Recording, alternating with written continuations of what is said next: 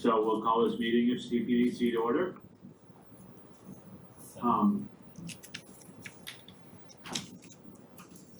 Andrew, can you sort of go over the ground rules there? Sure can. So thank you all for joining us tonight for the CPDC hearing of Monday, October 16th, 2023. I am Community Development Director Andrew McNichol. From staff, we have Senior Planner Mary Benedetto here as well. From the board in person tonight is Tom Armstrong and Hillary Mative, and over the Zoom we have Chair John Weston and Vice Chair Tony D'Arezzo. This, as you can tell, is a hybrid meeting format, so a few kind of guidelines to keep in mind as we move forward. For the hearing is going to run at its normal operation, which is that the board will open a hearing, the applicant will present their application to the board. The board is then going to ask comment and question amongst themselves prior to opening to public comment. Once public comment is open, please, if you are acknowledged, state your name and address for the record. If you are in person, please look to try to come up to the podium and speak loudly and clearly for those on Zoom. For those using the Zoom, please use the raise hand feature as you aren't able to unmute yourself at this time. The raised hand reaction can be found under the reactions button, or alternatively, if you have your camera on, just raise your hand and we'll look to get to you. There's a sign-in sheet for those in person. If you haven't already, please sign in the corner. And outside of that, I think the last thing I can add is that this meeting is being recorded and broadcasted by RCTV to all local channels. And I think that's it, John, but I have to ask you to unmute again. Just make them co-hosts. Try not to, because it gets stuck. Yeah, that sounded good. Thank you, Andrew. So our first item on our agenda is a sign permit application for 2 Haven Street. It's all the sign permit and the master sign plan amendment. Correct. So no official public hearing legal notice for this one. So for CPDC's sake and the public's, what we received was a sign permit application for a new business looking to locate in 2 Haven Street. And what arose out of that discussion is that the material they had proposed for their signage was not consistent with what was allowed for in the master signage plan from about a decade ago, I think. So we had chatted with the property owner and the business applicant and the sign designer to best understand why they couldn't meet the master signage plan, because without meeting such, they were required to come to you as CPDC for their sign review. And what arose from that is that the existing conditions of the master signage plan are somewhat costly to new businesses based on the materials and design parameters that we had installed a decade ago for that signage. And now a lot of new tenants are looking for alternative materials that are highly utilized in new signs and are a bit more cost efficient. So what we've included in this application is, one, the sign permit for the new business that's looking to locate into the site, and secondly, really was a decision to amend the master signage plan to potentially look to allow this change in material. We've drafted it up so it doesn't prohibit the original approval in materials, but just allows, in addition to these potential material uses, and change in color, which is from gold to white. So I believe Fast Signs from Woburn is here as the sign mechanic, and they can add to if I've missed anything.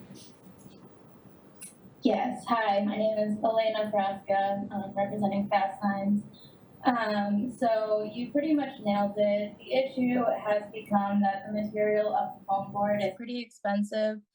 And then when you get with like the scalloped edges and getting into the carving of it, a lot of the new businesses aren't too willing to pay the price of getting a brand new sign. So what we had proposed was just using a material which is a max metal, so it would be aluminum on the faces, and then in between the aluminum and the center of it is going to be PVC. So that way we would just screw a new face onto the existing, the old tenant sign, which the landlord Anthony was okay with as well. And the reason for the color change was we've noticed there's been a lot of fading with the gold, and I know another tenant there does have white up there, and that tends to just not fade as much. So that's why we were going with the different color on that as well. I'm sorry, could you repeat your name? Yes, Elena Frasca. Thank you, Elena.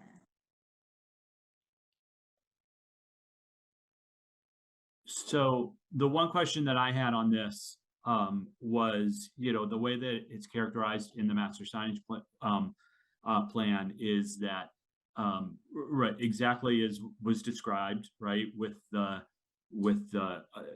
aluminum, bolted onto the existing sign. If someone, for some reason, right, were to want to create a new sign, maybe it's not the right size or what have you, would it be appropriate to use that same aluminum material that you're proposing on this? Or is that something you only mount to an existing foam sign? Exactly. So when it comes down to that, so this material can be routed into any shape, so we can get the scalloped edges and everything, but the thickness is where there would be a difference. The max thickness that this material comes in is 1/2 inch. So we're just putting an 1/8 inch face over it, so it doesn't affect really the thickness of the signs that are already there and what's approved in the master plan. So for new signage, to keep it within that thickness, then for new signage, I would still stick within the master plan with the foam board. So what you're saying is you're going to mount this to the foam, and then if a new business came in, they would take down your aluminum piece and put another one potentially over the top of that foam, correct? Exactly, correct. That's, I think, what John was trying I to think so. And Yeah, what I was trying to understand, and that definitely helps, is right, we describe a new one and a retrofit, but what if a new business comes in and wants to use that other product? And we don't want them to have to come in front of us again if that's, I mean, I would assume that it would make sense if they propose the right thickness. Yeah, absolutely.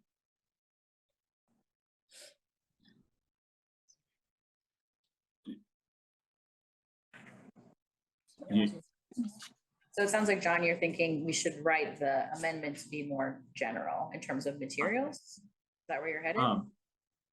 Yeah, I think that the way that it's written, it just talks about retrofitting old ones with the new material. gotcha. And I think that if we're going to approve it, right, like, I don't know, maybe someone would want to use that additional material in a new sign. Gotcha.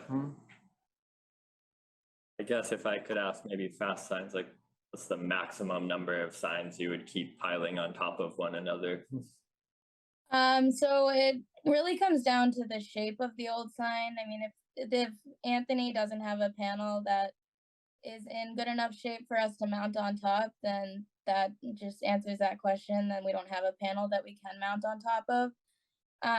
So it just really comes down to the condition of the existing sign that's there and whether it's in good enough condition to use. And if so, then it's just screwed right in, so it could be refaced as many times as the look of it will allow.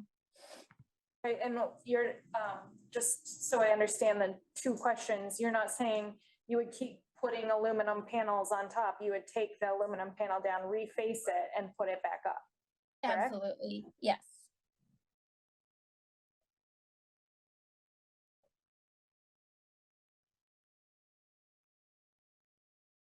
But visually, it'd be identical to what's there.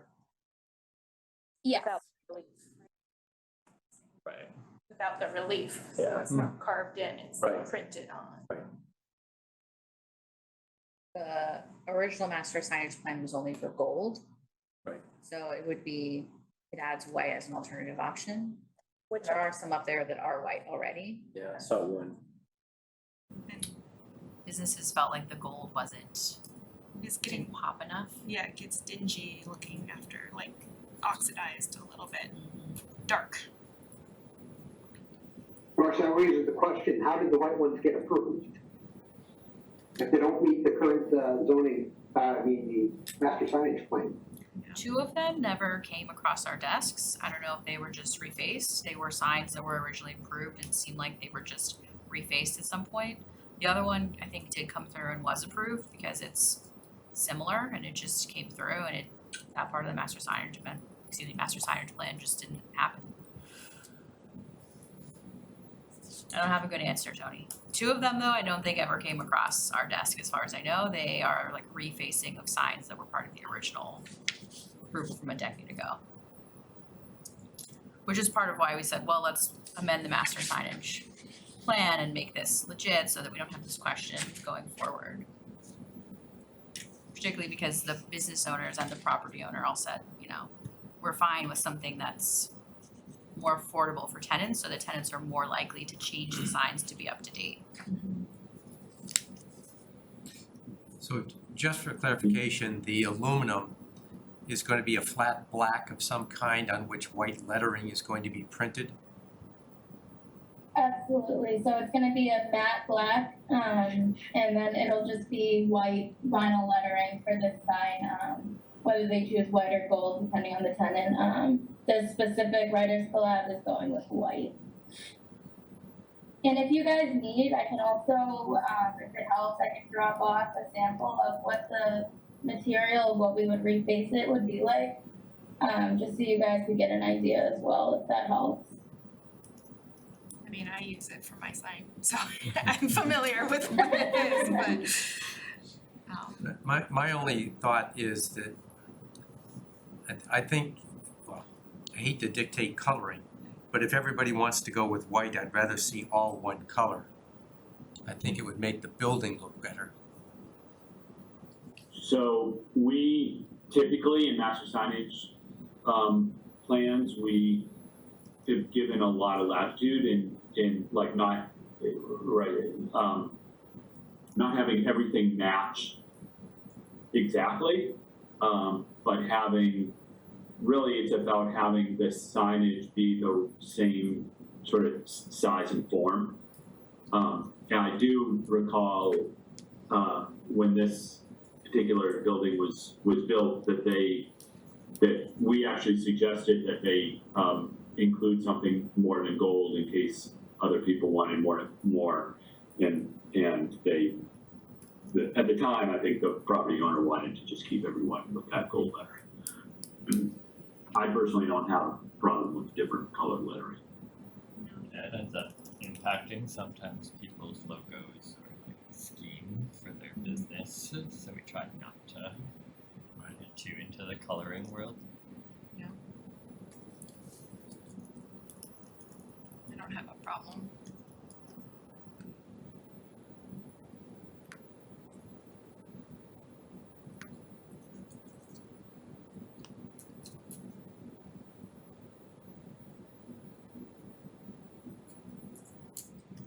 Do you wanna go through that then?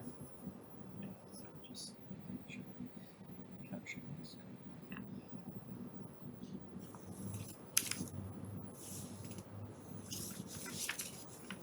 So I guess just to re-summarize for everybody, what we had proposed here on screen is an amendment to the master signage plan. We had noted the specific sign permit that this request had come in for, and simultaneously requires approval while we amend this, since it's not yet approved.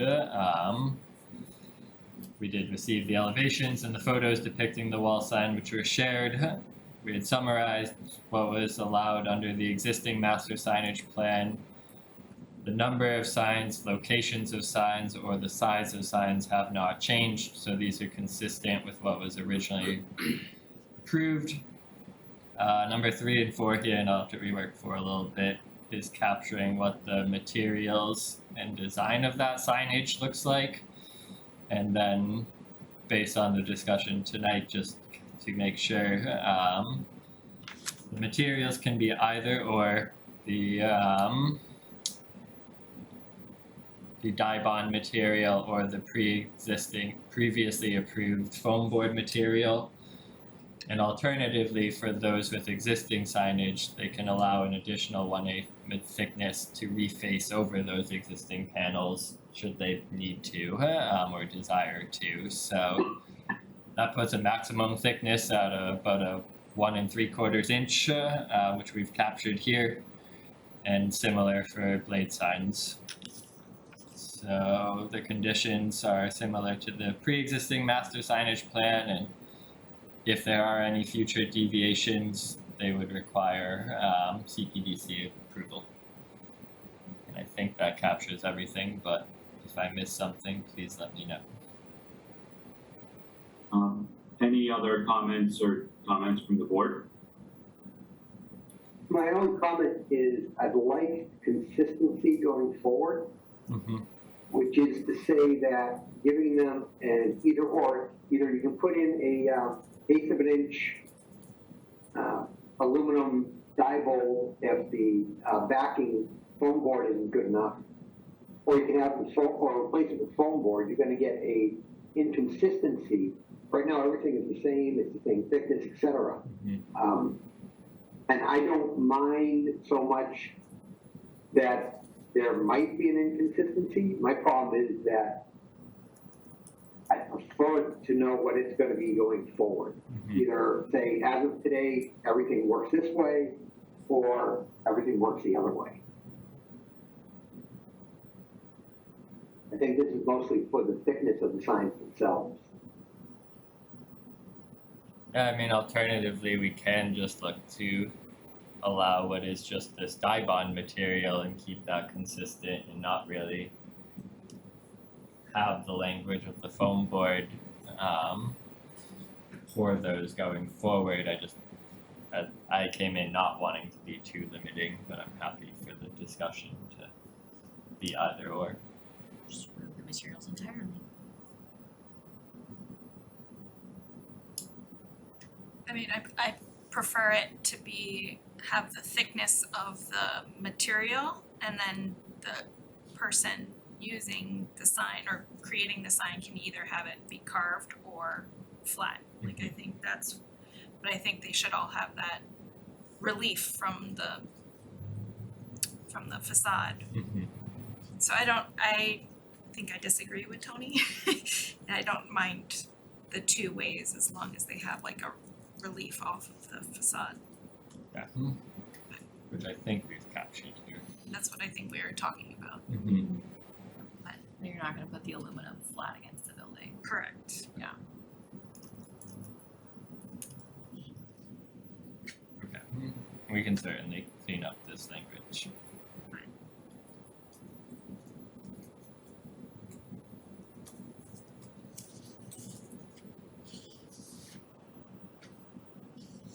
I guess I agree with that, right? It just, right, it has to have that relief that. I'm not sure that's exactly the way it's written right now, but Yeah, same. yeah. We can finesse that language tomorrow. I get the intent. Yeah. All right, did you want to limit the colors to gold and white, or do you want to give some leeway on the colors? And if you're giving leeway on the colors, is the background always going to be black? I'll say my feeling is that, right, I'm not sure I'm not sure to give more than is being asked for. Okay, Right, because especially if they have gone back to all the tenants with the proposition for white, I wouldn't wanna go allow another color and then have all the tenants say, no, that's not what we wanted. okay, I So- personally would say I would keep it even between the gold and white as well, just because from a sign company perspective, some people's logo colors can get a little crazy, and just having all of those signs next to each other and having all different colors, I feel like it would probably look the best if we keep it the white and gold, but obviously you guys' personal preference, but that's just my input there.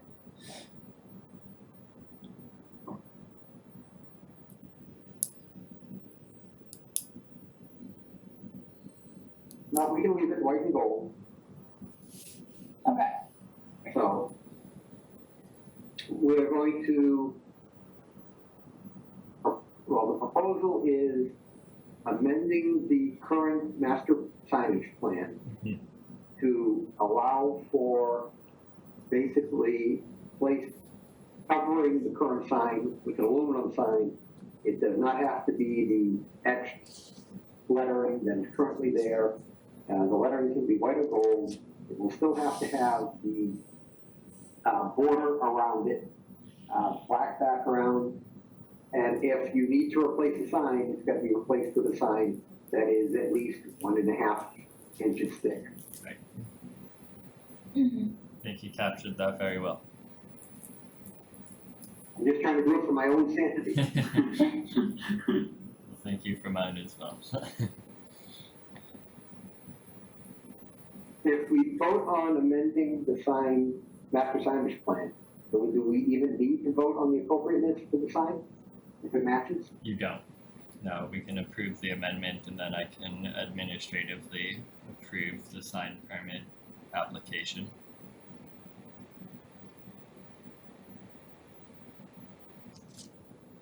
Does anyone on the board have an issue with that? We prefer to approve the sign permit individually? I think it's cleaner just doing the master plan. And that way we can tie this approval back to the site and not the individual unit. Yeah. Okay,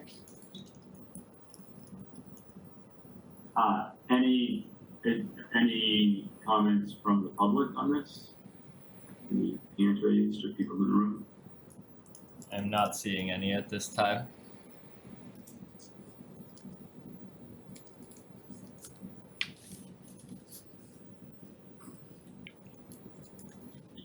All right.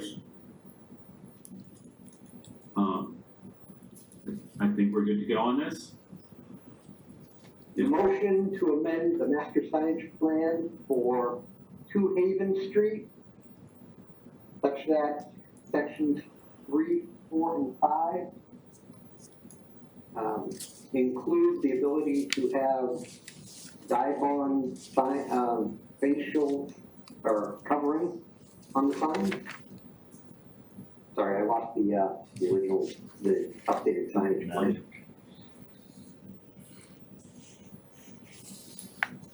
Yeah, 3, 4, 5, and 6. Yep. As amended. A second from anyone? I'll second it.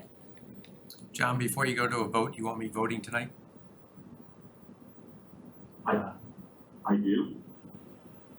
Yeah. Okay. Yeah.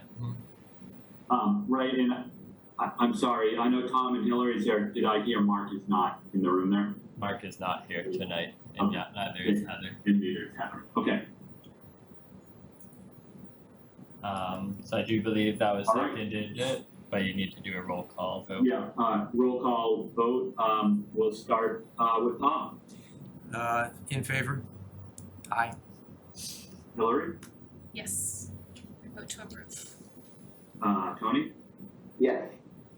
all right, and John, yes. for. Thank you guys very much for working through that. Thank you guys so much for your time.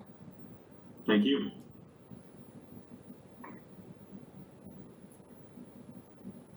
All right,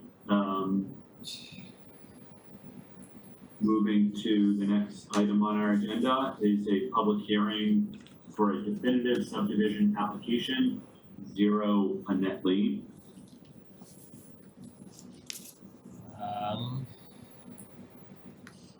Tony, if I could maybe ask you to read the legal notice into the record.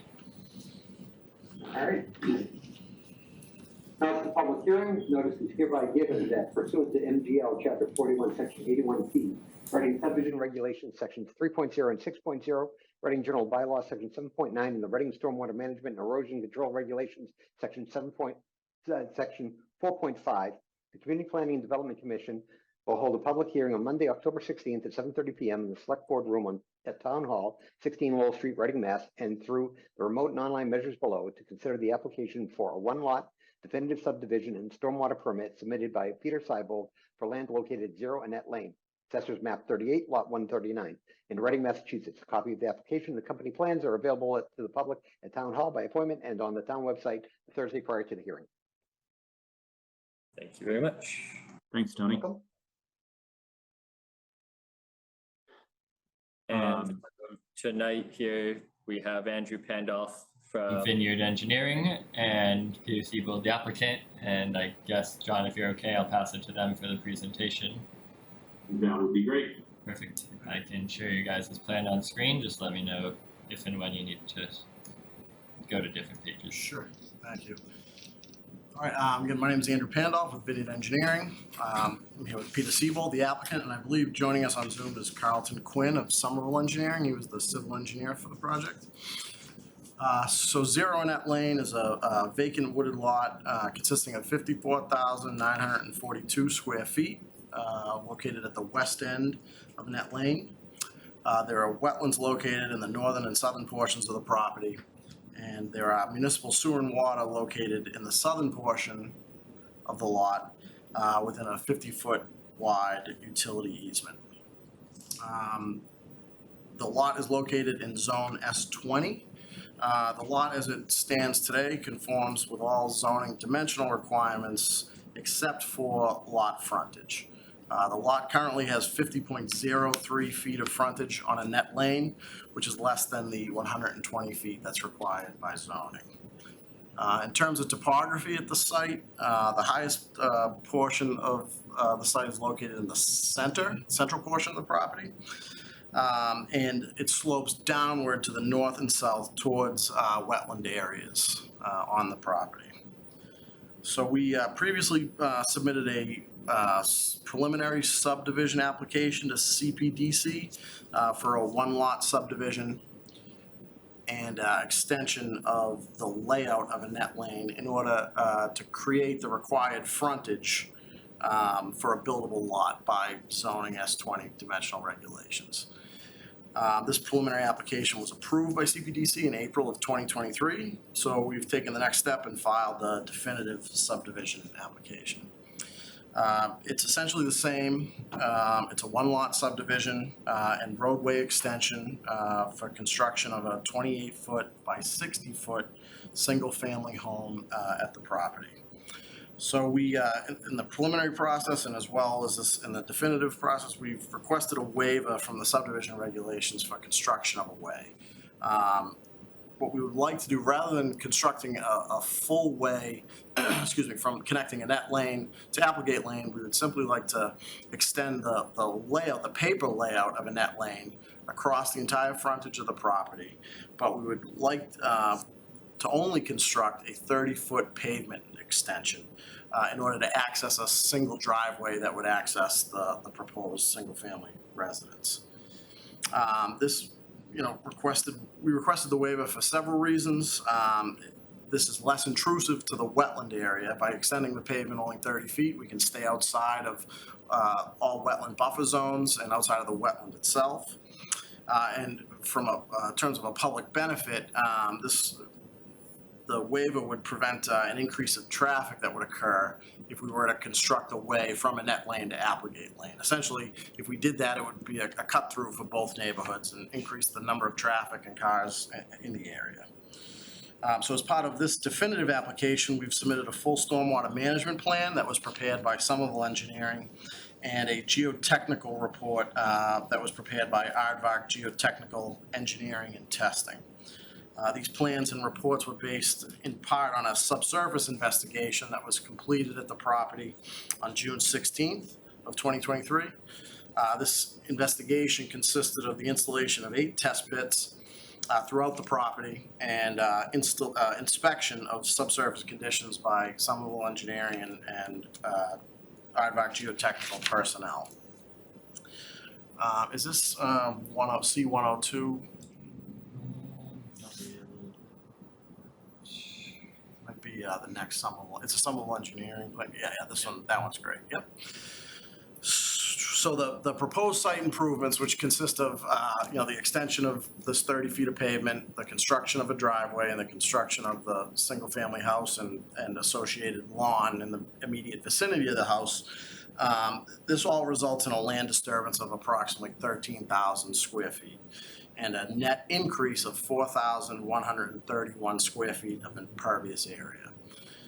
So stormwater mitigation is going to be handled by 2 underground leaching fields. There's one located to the west of the proposed house, and then there's another one located just to the north of the driveway. So one of these underground leach fields is going to be used to collect roof runoff, and the second that's located adjacent to the driveway would be used to collect driveway runoff via a catch basin that's located within the driveway. Additionally, stormwater will be managed with a stone trench proposed sort of around the driveway and the house. So essentially the limit of the work area. And the purpose of this stone trench is to mitigate the conversion of surface cover that's currently wooded to grass. So we're gonna have a small area of lawn around the house and the driveway edges. So like I said, to mitigate any runoff that may be created from that, it would get intercepted by this trench and channeled to one of the leaching fields. In terms of grading that's needed to complete the project, there's no significant changes to site topography proposed or needed to complete the project. Some minor grading will have to be done around the house and the driveway, and this grading will slope downward towards that storm infiltration trench. And there will be some grading around the roadway extension, which will slope downwards towards the central portion of the lot, keeping any runoff that may occur on our property or within the proposed layout, paper layout of Annette Lane. So pretty much in summary, all the stormwater that will be generated from these improvements will be captured on site and recharged on site. There'll be no adverse impacts to the wetland areas on site, nor will there be adverse impacts to abutters. As a public benefit, Andrew, if you could go to maybe our approved preliminary plan.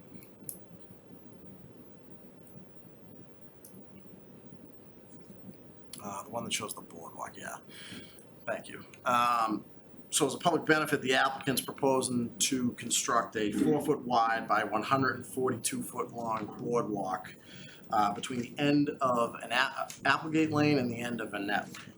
So this boardwalk would span from the edges of the 35-foot wetland buffer zones, and this would allow for pedestrian traffic between the 2 subdivisions without causing any disturbance to the wetlands from foot traffic and things like that. So obviously we have wetlands on site. There's a notice of intent is currently being prepared by Lucas Environmental LLC. They've been retained by the applicant. We expect that the notice of intent will be submitted to the Town of Reading Conservation Commission within the next few weeks. The notice of intent will address numerous items, including but not limited to tree removal and screening plants along the proposed roadway. But just sort of in summary, approximately 30 trees will need to be removed in the vicinity of the house, the driveway, and the roadway extension in order to complete the project. Any tree removal and replacement will be conducted in accordance with the Town of Reading's wetlands bylaws and with approval of conservation. And as I mentioned, the applicant does intend to install some screening plants along this 30-foot roadway extension. This area is located in the vicinity of the 35-foot bordering vegetated wetland buffer zone. So a planting plan will be developed by the applicant's wetland scientist for review and approval by Concom to ensure that there's no adverse impacts of these plantings to the nearby wetland areas. So with that, I'm happy to answer any questions.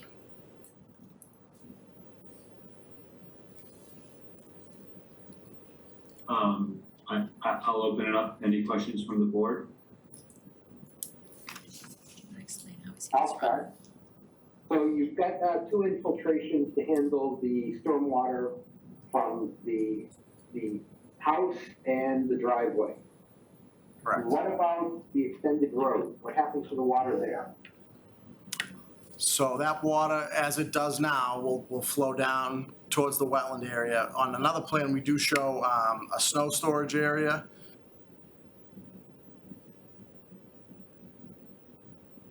Do you have some other things you can go over, not using the screen while Andrew tries to get this under control? I can sort of talk in generalities without pointing to the screen, without pointing to our plan. So to answer your question, the stormwater runoff will be, the roadway extension will be graded in such a way that any runoff will stay on our property or within the layout of an net lane. On the plan, there was a 635 square foot storage area for snow storage at the end of the paved 30-foot extension. Typically with snow storage near a wetland area, there's going to be some sort of pre-treatment area. A lot of times that consists of some vegetation or stone swales to kind of filter out any road salt or sediment that might be in the snow that melts out so it doesn't adversely impact the wetland. Now, that's going to have to be, conservation's going to have to kind of give us some input as to what they would like to see there. But in general, that area will be graded in such a way that any runoff, as it does now, stays within our roadway extension on our property, essentially. Okay. So we're waiting on conservation for the final on that one. I assume wherever the snow storage area is where the runoff is gonna go as well. Yeah, Andrew, on our approved preliminary plan, we show snow storage. That's the, yeah, on that one there. So if you could see, there's kind of a X-hatched area at the end of the roadway extension. That X-hatched area is kind of the area of the pre-treatment area. Snow storage would occur right next to that. Yep. So as the grade stands now, it flows as you see it from the end of a net lane down to the left across the screen to the west. So we would mimic that grading. And I assume there'd be granite curbing on the bottom of the screen? Did we request waivers On the net lane extension? Oh, yeah, on the net lane extension, yes, yep. Okay. Yeah, we requested a waiver for no sidewalks, but we did say that we would install granite curbing. All right, and for the waiver on number one, you are extending the roadway. I would assume we get the profile for the construction of the roadway extension.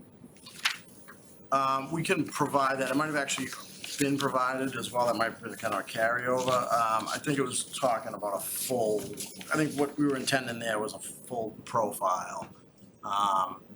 Carlton, yeah, is that? Okay. Carlton, are you on the line? Could you answer that question?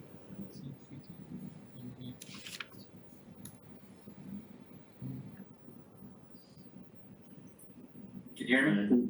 Oh, go ahead. Hi, this is Carlton, civil engineer for the project. We did provide a cross-section of the road. I thought that you had requested a waiver of a full profile, and that was granted previously. The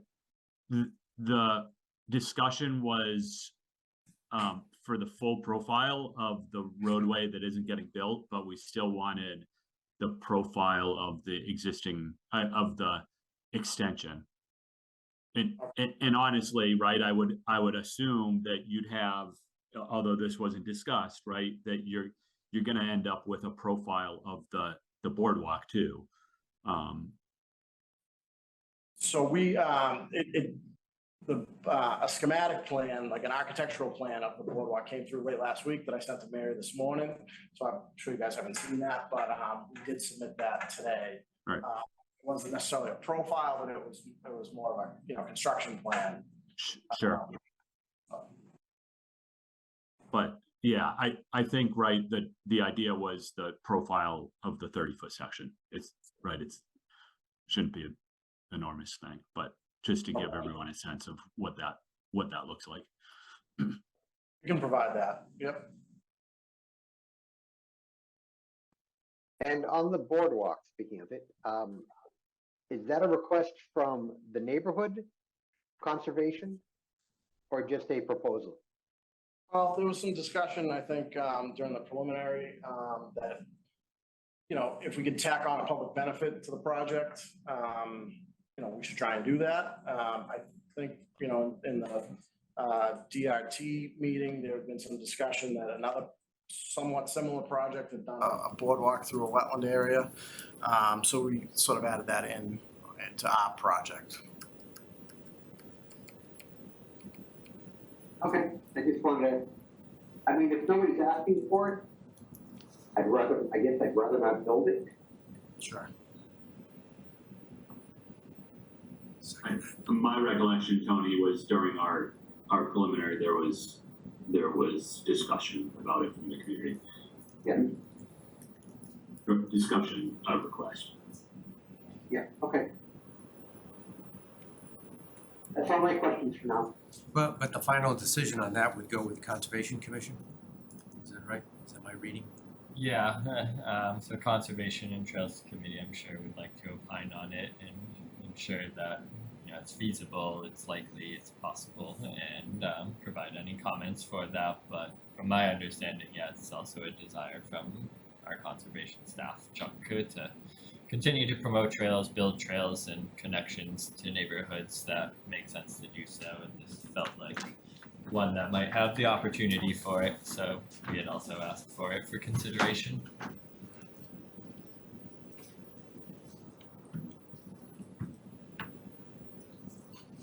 I did have a couple questions. They're random and sporadic all over the place. It appears to be an empty lot to the south of the lot you propose to build on. Am I correct on that? Yes, I believe it's owned by an abutter. My only concern on that is I think you've requested a drop from 60 to 50 feet in width of a right of way. Yeah. And were that lot ever to be built on, there might be a decision to put in a cul-de-sac there maybe, which is not in the cards at this point in time. In the 50, we're talking about in the lot that are you talking about the lot we're proposing the home on? I think you've requested a waiver of the cul-de-sac. Yeah. Yep. Okay. I'm only thinking out loud, if the other lot on the other side is built, it's possible the commission might want to come back and request a cul-de-sac, which would require additional easement on your property. Sure. So we did submit a cul-de-sac, so let me back up. The reason for the request for the reduction from the 60-foot right of way to the 50 was we were just gonna match the existing 50-foot layout of an Understood. Okay. And then if a cul-de-sac was to be built by the Reading subdivision standards, that was an alternate proof of concept plan that we had submitted, so we demonstrated that we could do that, but it would result in, you know, some pretty significant disturbance to the wetland area. So that's kind of the reason why we backed down from that. I think obviously I'm not on wetlands, but I think you are correct. It's unlikely the two roads, Applegate and Annette, would ever be joined because of the wetlands issues there.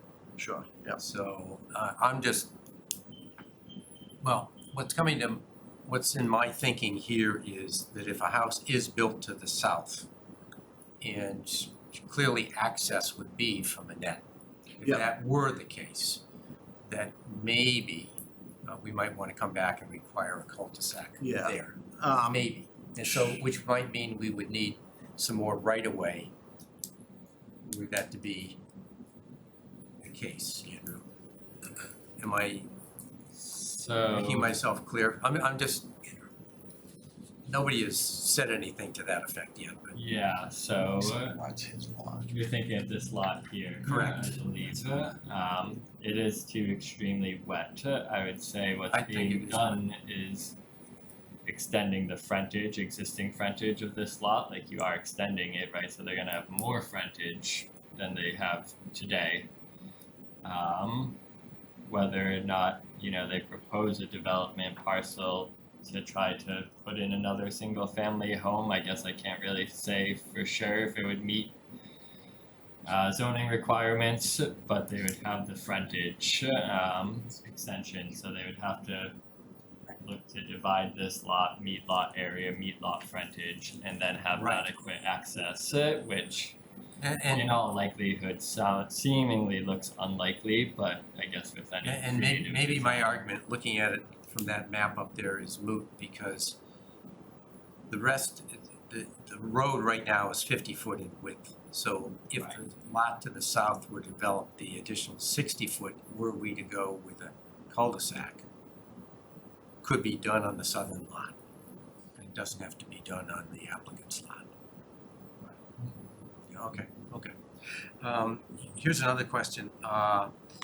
Just trying to get things down here. There was a memo from Ryan Percival to Andrew dated September 20th, 2024, contained a series of conditions that they wanted. Are those conditions acceptable to the applicant? Yes. Is the septic system going to have to be uphill where you need a grinder pump? So we're gonna have we're gonna tie into the municipal sewer and Where water. you need to elevate it? No, it should be gravity fed, but Carlton could answer that question a little bit better than I could, but I'm pretty sure we can get there by gravity. Yeah, the sewer out there is very deep, it's about 10 feet deep Okay. in the wetland area, so gravity fed should be fine. Okay. And I probably have a few more, but I'll let somebody else who has comments ready to go talk.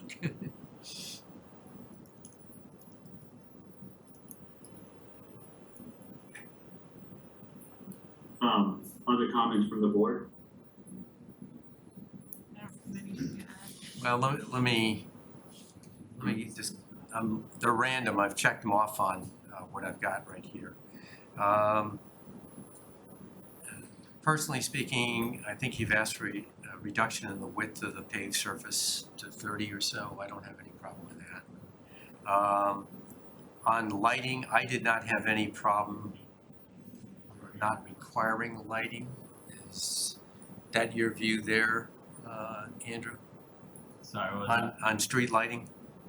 Yep, they requested a waiver for street lighting, but typical driveway and house lighting we found was, Right, you know, yeah, I recommended. didn't have any problem there. I didn't have any problem with moving the hydrant, no problem there, okay.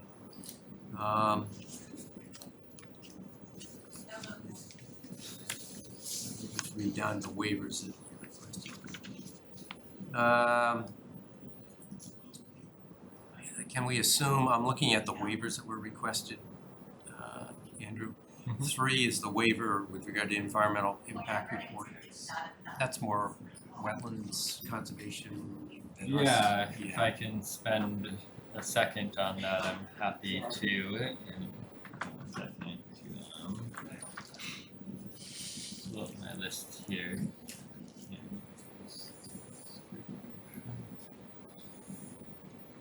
So, under subdivision control law, the environmental impact report, is somewhat limited based on its requirements under subdivision regs. What the subdivision regs call for are stormwater and drainage info, water quality, open space and trails. Calls for a breakdown of the land area being used, the total area broken into right-of-way area, lot area, upland area. It asks for topology and existing conditions. It asks for natural resources existing in their perimeters, soil sampling and limitations, as well as water and sewer impacts. All of that, which we feel is covered actually in a variety of areas, both in the civil plans, the drainage report, the conservation notice of intent filing that needs to be done, as well as any other supplemental info, like they've done the boring test and they've looked at the soils. So we feel that most of those requirements of the EIR, if not all of them, have been captured elsewhere in the plan submittal. So that is why we typically see it waived in the CPDC process, especially when there's also conservation notice of intent filing. So it's one we, I guess, would support. And I think I see where the stormwater plan has or will be filed. So we submitted the Yes, permit. even though we're not primary on that. Yeah, we prepared the permit at the request of the CPDC, the permit application, and submitted that. And a lot of the information in the stormwater management plan report will be included in that. And for your information, my biggest concern would be material storage, any excavation material for foundations, things like that, possible runoff into the wetlands and the like, and appropriate stormwater management Sure. criteria. Yeah, so in general, on projects like this, we, all storage of any excavated material gets staged, outside of any buffer zone. Generally, we like to see them, the piles surrounded with straw wattles or silt sacks, something to that effect, covered each night. No refueling of equipment on site, things like that. That's generally what we put in place for operation management.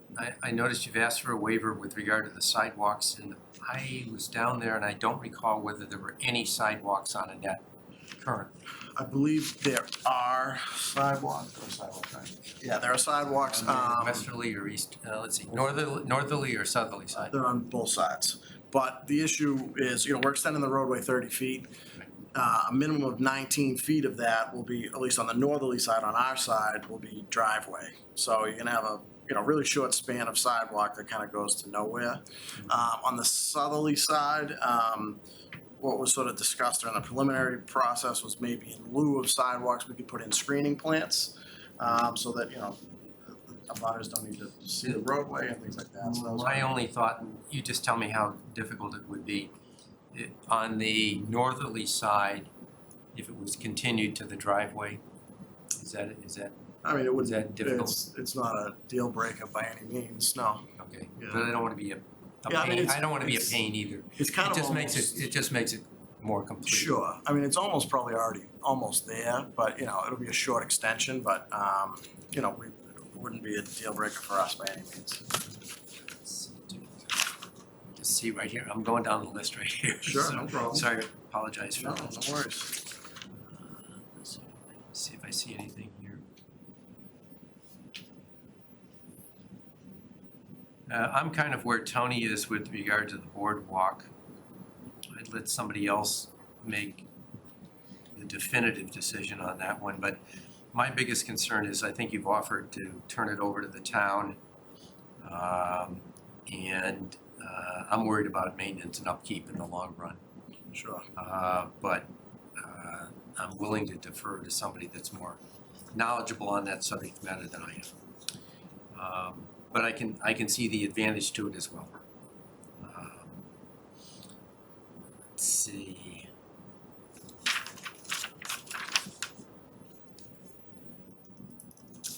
And just going through, give me one more second or two and I'll let you take it away here.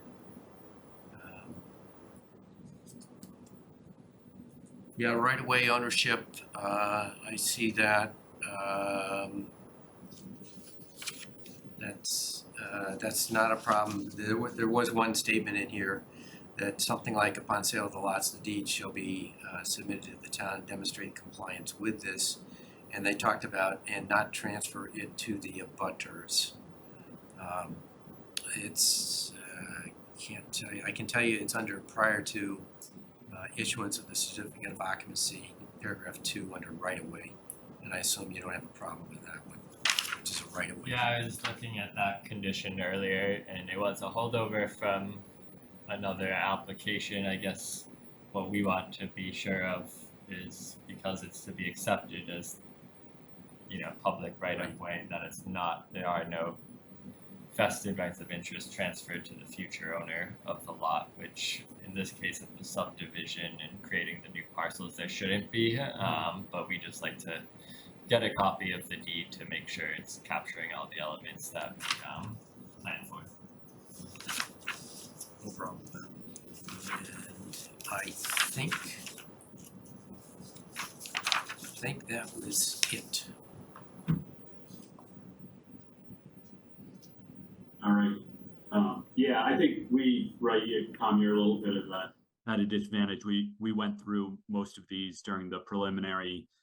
The plan hasn't really changed substantially since then. I guess I think the additional detail that we'll get, certainly the information that you provided to the town engineer and his review and any edits, the acceptance of that by him, and then also the Conservation Commission working through that, and if there's any issues there, I'm gonna guess we may have some additional comments or questions as that detail comes in. Yeah, so if I can, on that, from the staff perspective, we would like to see the applicant get conservation input prior to any CPDC vote, because if conservation comes back and says, hey, we want a lesser driveway, we want X, Y, and Z, less impact, how does that impact this definitive design and any waivers or items that you're seeking here for approval? So we just want a level of confidence from conservation that this proposal is appropriate to them and can work within their requirements, if that's what you're also getting at, John. Yes, yes, yeah. Right, because they deal in inches, right? We deal in feet, so some of theirs may be a little bit more restrictive, and we don't want to get out in front of them. Right. And with that, I guess I'd like to open it up to the public, if there are any comments, either online or in the room there. We do have one in the person. I'll do my best to manage it all. Please, if you could come up and introduce yourself and address for the record, and go right ahead. Bob Judge, and I live at 10 Annette Lane. I just want to ask a couple of questions here, because my concern is more water, and I can see that there's a lot of concern done with all this, but I don't know, I'm not an engineer, so I just want to bring a couple of points up. One of them, if for any reason, no matter what's done, if for any, we don't get, I'm on 10 Annette Lane, we have some little land over there, we don't get any water at all. If we ever had issues with water, or water in my basement after all this, I'm just asking, do I have any recourse after you've done this?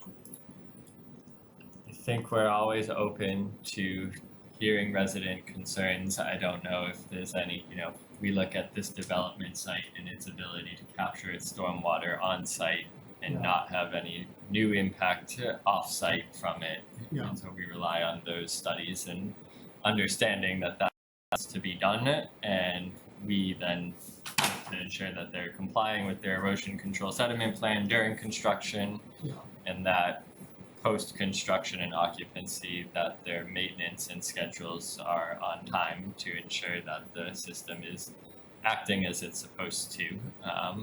So we do look to ensure they're upkept, but in terms of groundwater recharge in your basement, I guess I can't answer that.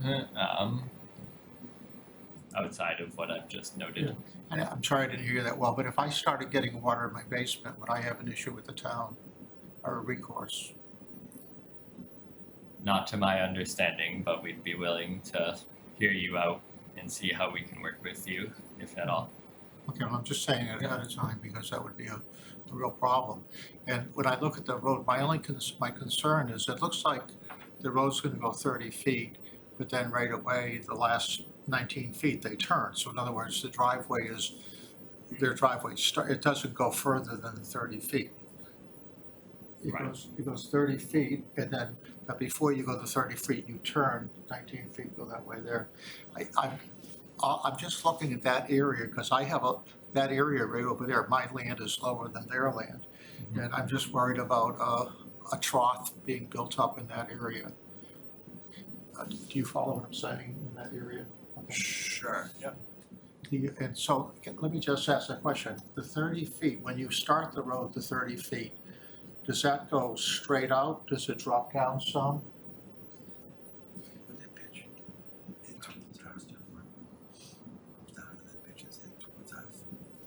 Yeah, so the roadway is gonna be, the extension of the roadway is gonna match up with where the end of Annette is currently. Yeah. And then kind of just sort of go straight, but then the grading of that will be graded in such a way that any water that runs off of that will run straight towards the middle of our property and not your property. Is that what you're kind of saying? Okay, so, but the road the 30 feet will be about the same level as. It does have to raise a little bit. I believe it's in Carlton, Quinn, the engineer, might be able to speak to this a little bit better.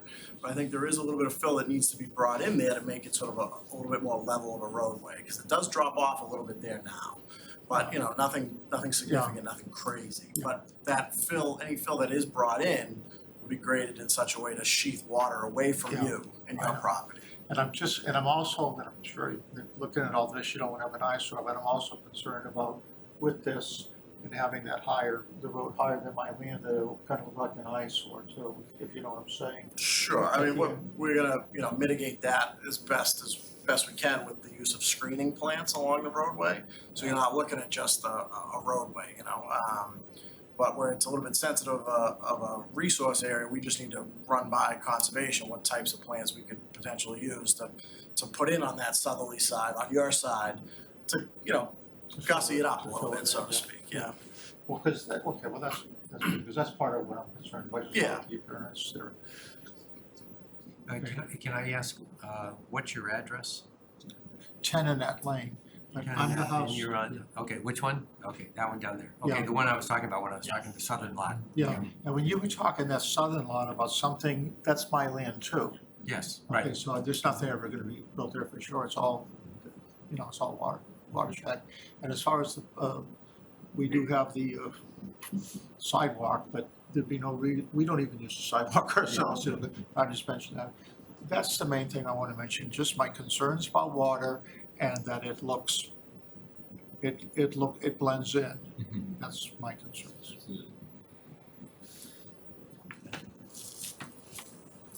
We do have another in-person comment. Please come on up.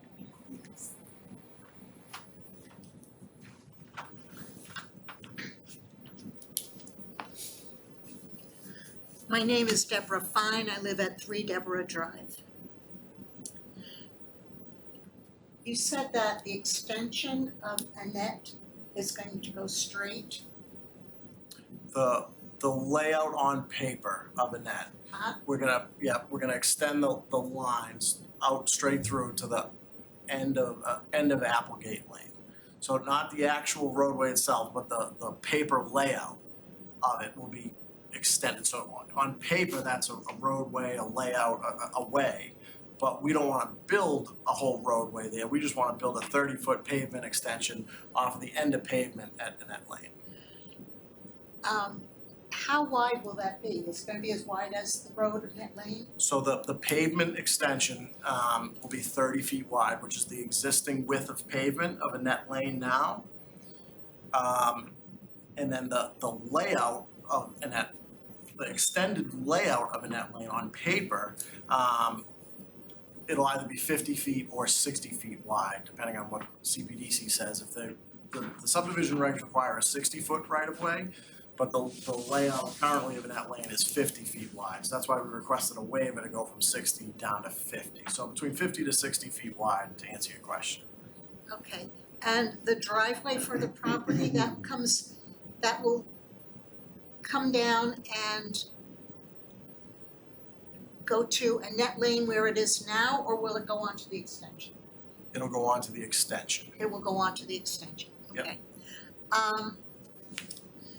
You said that, something to the effect that in order to build this dwelling, grading was not needed? Significant grading is not Significant needed. grade, okay, will there be any blasting? Not to my knowledge, no. No blasting needed? Not to my knowledge.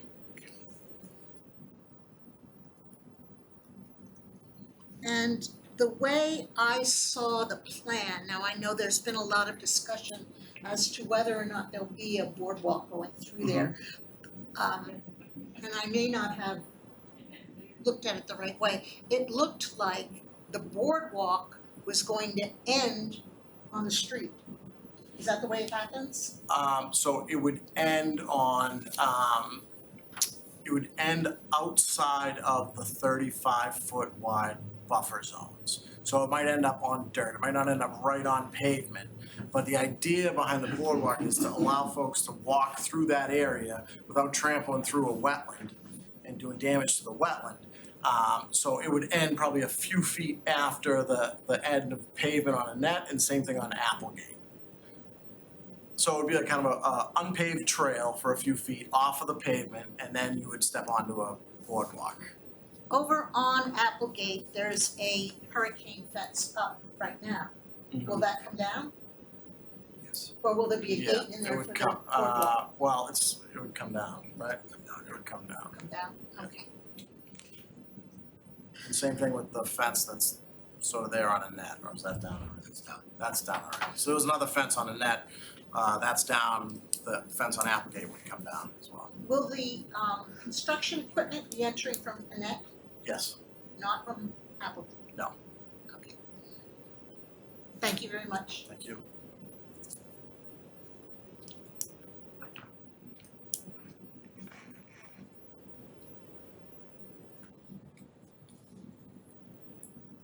Thank you. Other questions or comments there, either in the room or online, Andrew? I'm not seeing any hands. Oh, here's one hand now. Kendra. Unmute.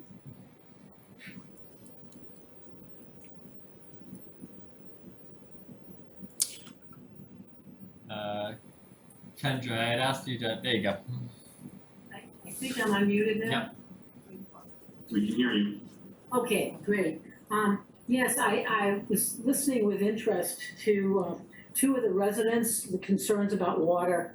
And as both you and the Conservation Committee know, as a town meeting member and as a possible affected party downstream from that drainage area, we're very concerned that it's not just the substitution for the runoff of, say, the roof or whatever they're going to be building there, but it's also the fact that the wetlands are fed by springs that have existed far earlier than the residential areas were ever built. There used to be an apple orchard and farm area and everything, and then and at that time the springs were there. People on Martin Road have had difficulty with their septic systems because this is before the sewer came through, but because these springs are there, and while some of these plans are accommodating the now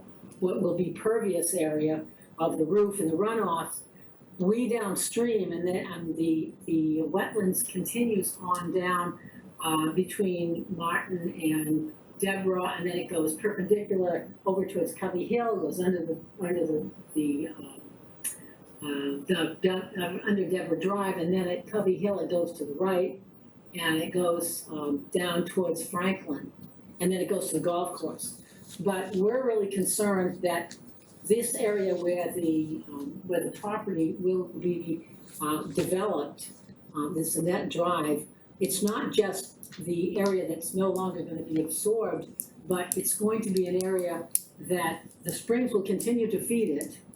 And it will go down, and I noticed on these plans that over 30 trees will be removed. Now, these are trees that currently help absorb the water in an already wetland area. Once you remove them, you're gonna have even more water that's not gonna be absorbed and going down into the aquifer. This whole area is an aquifer area, and even though we get our water now, our drinking water from MWRA, this is still an aquifer area that extends under the golf course and into the town forest towards the Ipswich River. So we're concerned, I've lived here since the 1980s, and in the late 1980s, toured that area with some engineers and some people from the DPW in Reading at the time, and engineers. So we know that this all been fed by springs. And Bill Brown also was discussing that with me this morning, in that he remembers and he recalls, he knows exactly where a lot of these wells are, springs are. So we're really concerned it's not just that there's a house and for a while there'll be a problem. And of course, we all know what happens when something is given to the town and then the town has to maintain it. I think it probably since the 80s, this drainage ditch has been cleaned out by the town twice. The rest of it, we as neighbors, try to keep the branches out and try to keep it flowing. And even sometimes in seasons, it will actually dry up.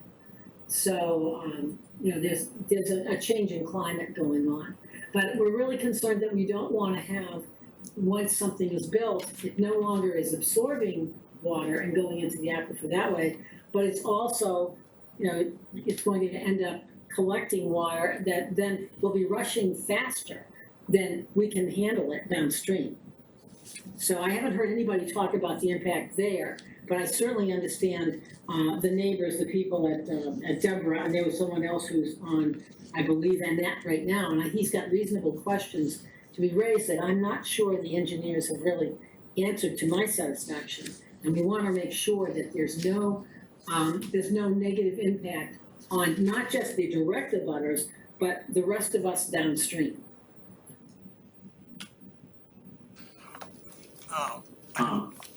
I guess I will just to let you know, right? There's I don't know how thick it is, but it's there's a lot of report that we don't go through in detail.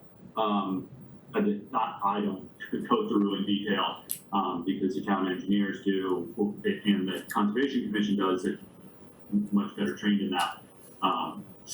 Now, just a minute, because I'm on Zoom, so I can't tell who you are that's speaking right now. Oh, sorry, John Weston, I'm the chair of Cpdc. Oh, John, okay, so, right. Yeah, so just wanted to let you know that just because we may have not discussed it in detail, that it hasn't been reviewed. So, there has been a lot of analysis to date on the stormwater, right?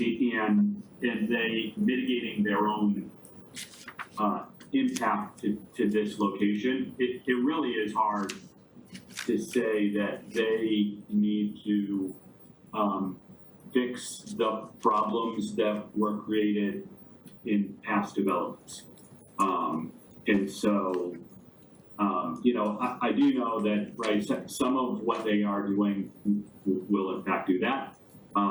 If right, their collection systems, if it gets inundated, like they're gonna end up taking more than what they put in. But that's not to say that, as you say, right, climate change is happening, right? This summer was a crazy one. The rates of rainfall are like beyond, anything anyone could imagine and plan for. So, it's the conditions are not just about this one house, right? So, you're absolutely right. I'll say, yeah, that isn't looked into, but I think that's more of a town-wide, system-wide, as you mentioned, system-wide issue that we probably need to grapple with as a community. Well, I don't think, I mean, there are sections that we're looking at, but I'm just saying, living here since the 1980s, only 2 times that we had a problem. And frankly, it hasn't been this year. So, you know, it's, I'm concerned that there are mechanisms that we can have in place and ensure that aren't put in that will cause a problem. I mean, I'm not expecting it to improve it. I'm expecting it to not make it worse for the neighbors, for the people in this city. You know, and I can see, as a person who's kind of followed, you know, water treatment and that kind of thing for years, New England Water Pollution Control, I was very aware of for many years. You know, I've been watching that, and I'm concerned that this could be a problem for other people downstream. And I don't see anybody looking downstream, they're just looking at the abutters. I mean, we only found out about this meeting because someone happened to be looking at the McDonald's project on the ReadingPost.com and saw that there was going to be a hearing on that. We had no idea. But because we're downstream, and we know that sometimes disturbances upstream, especially if you're going to get rid of 30 trees, those had been holding moisture and absorbing it. And so this is going to be an additional problem that they have to figure out, the engineers of this project, to make sure that it's you know, they're trying to take care of the runoff from the roofs and maybe the driveway, but they're not taking into consideration the water that these trees have been absorbing and holding and getting down into the aquifer.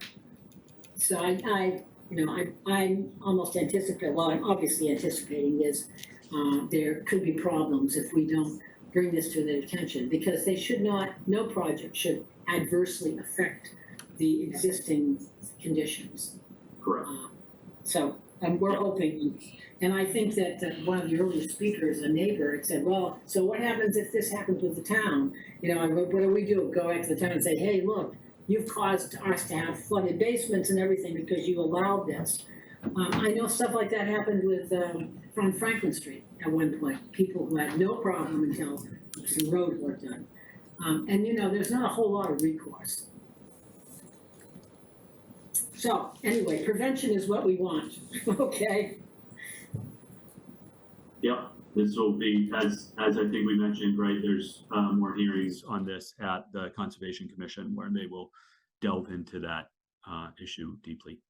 and I hope that people who are not online, and that's one of the problems, we do have an older neighborhood and they were unaware of this hearing, you know, until this past weekend.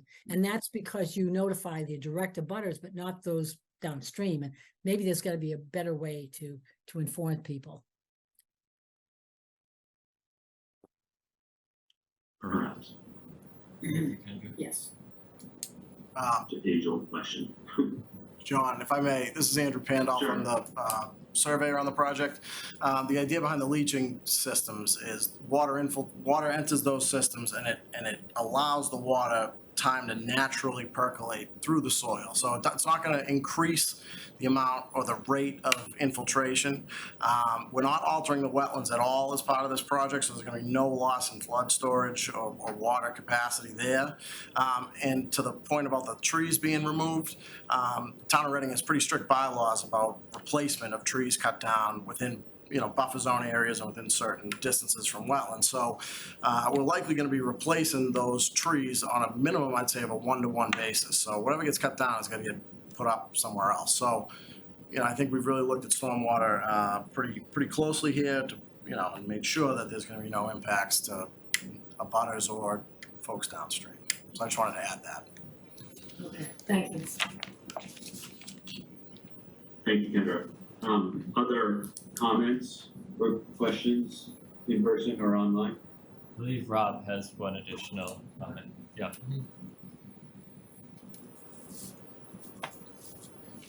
This is kind of in reference to what that last lady just said, and I mentioned the concerns I have in an area where we could have like a trough, with water buildup. There's two very large oak trees right in that area that I think probably would, I don't know what would happen, but I just want to point them out so they know that as they come down right on the left side, there's some big trees, and I think my guess is they probably have to come down that would be more water that's absorbed right in that area that could come in there. Just want to point that out. Noted. I think that tree plan will be more heavily discussed in the near future with conservation. Okay, Not coming back here. So. thank you.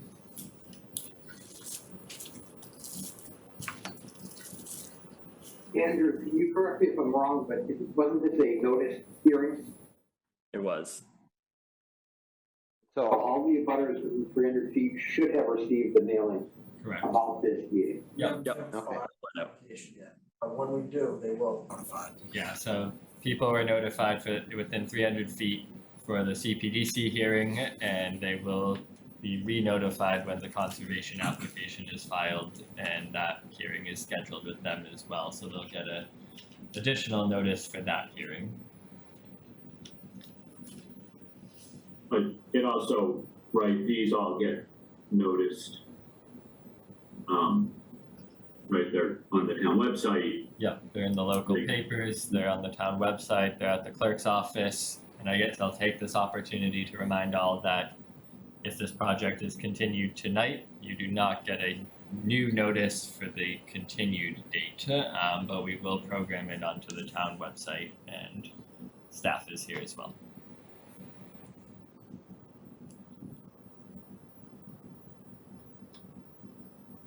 I don't see any more hands up.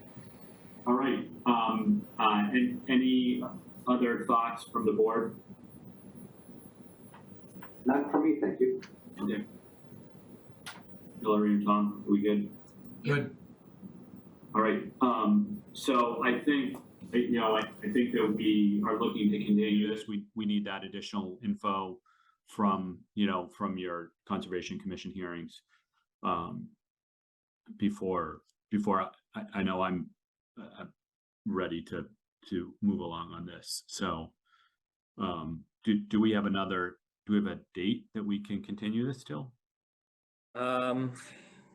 If Applicant is okay. I mean, I don't expect that you would have conservation answers by November 6th. So if you feel it's appropriate to continue to December, we'd be looking at Monday, December 11th. That gives you enough time.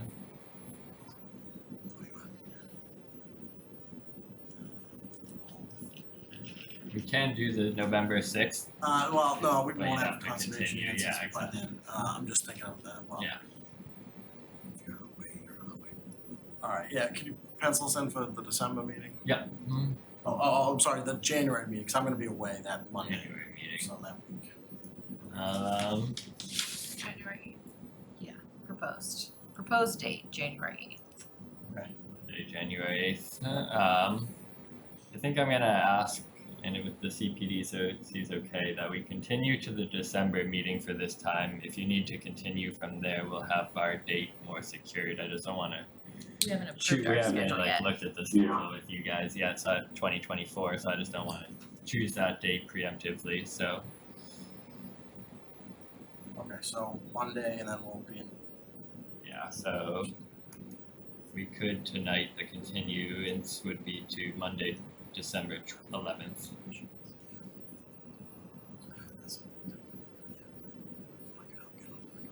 And before we move on that, right, I just want to make sure that we're on the same page.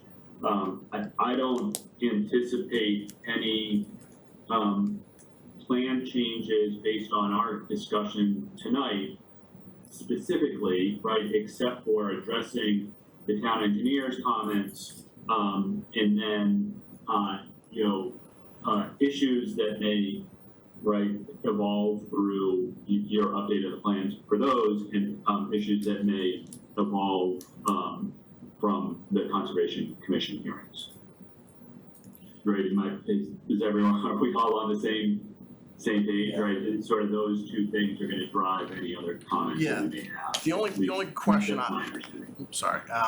I agree 100% with that. The only question I would have is currently we're showing the layout of a net lane is 60 feet. So if at some point, you guys think that a waiver would be granted to reduce that down to 50 feet, that would be really the only change on our plan that I could foresee, barring conservation comment and things like that.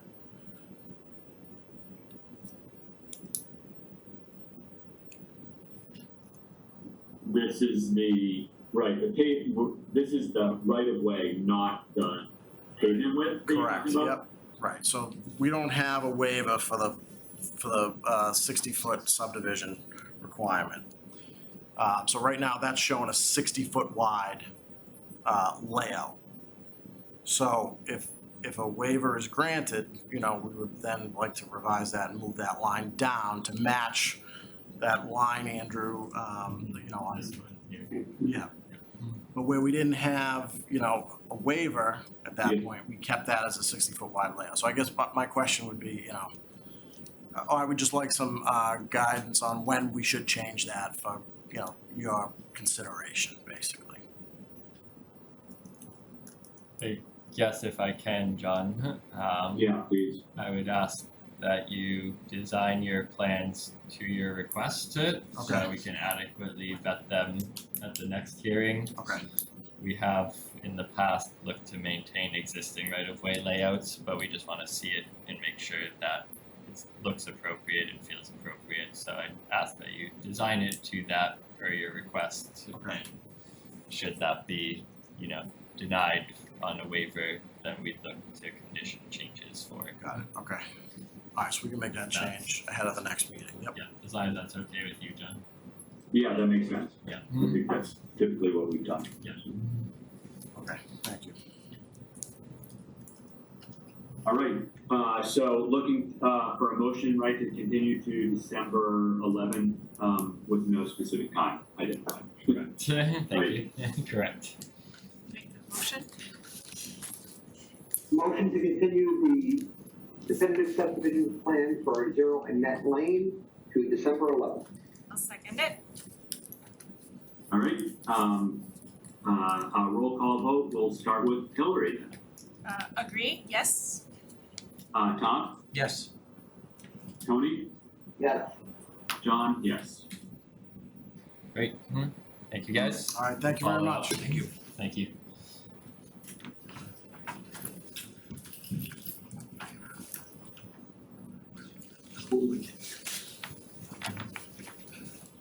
All right.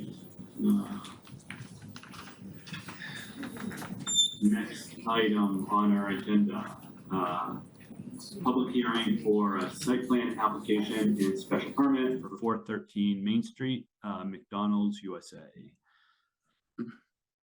And Tony, if I can ask again that you read the notice. Notice hereby given that under MGL Chapter 40A, Section 9, Sections 4.3, 4.4, 4.6, and 8.0 of the Reading zoning bylaw, the Community Planning and Development Commission, Cpdc, will hold and open the continued public hearing on Monday, October 16, 2023 at 8:15 p.m. in the Select Board Room at Town Hall, 16 Lowell Street, Reading, Mass., and through the remote and online measures below to hear the site plan review and special permit application submitted by McDonald's USA LLC, care of Bowler, for the property located at 413 Main Street, District Map 17, Lot 64 and 85.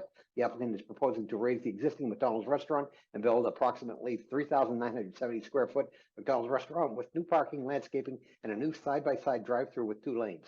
A special permit is being sought for proposed signage. A copy of the application and accompanying plans are available to the public at Town Hall by appointment and on the town website the Thursday prior to the hearing. Thank you much. Technically, Andrew, is this a continuation because we never opened the public hearing last time? You didn't open the public hearing, that's why we had noted the continuance of the opening of the public hearing. So we had delivered a courtesy notice for all abutters within 300 feet to note that the opening had been continued to this date. Thank you. So tonight, I believe part of the applicant team is here in person and part are on Zoom. So I guess standing, I will pass it to them. John, if that's good. Yeah, sounds good, thank you. Good evening, everyone. My name is Dan Allen. I'm civil engineer. I'm on the project working with Bowler. Here representing the applicant tonight. Also with me is Jason Adams with McMahon Associates, the traffic consultant for the project. And online virtually, we have Sandra Martell, I believe, who's with McDonald's leadership team as a real estate manager over there. So if I could, but am I able to share my screen here to run through the plans? Now.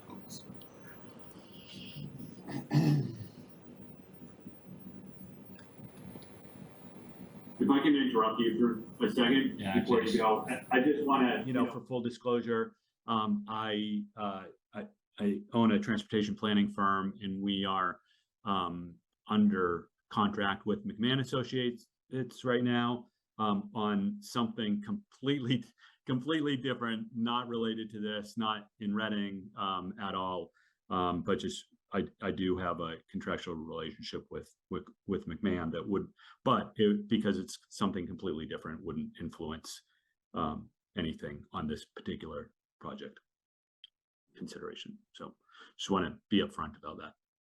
Thank you, John. So here tonight, under an application for a site plan review, as well as a special permit to permit a freestanding sign. Just to kind of intro the project, just want to go over kind of what's existing, how the site kind of works out there today.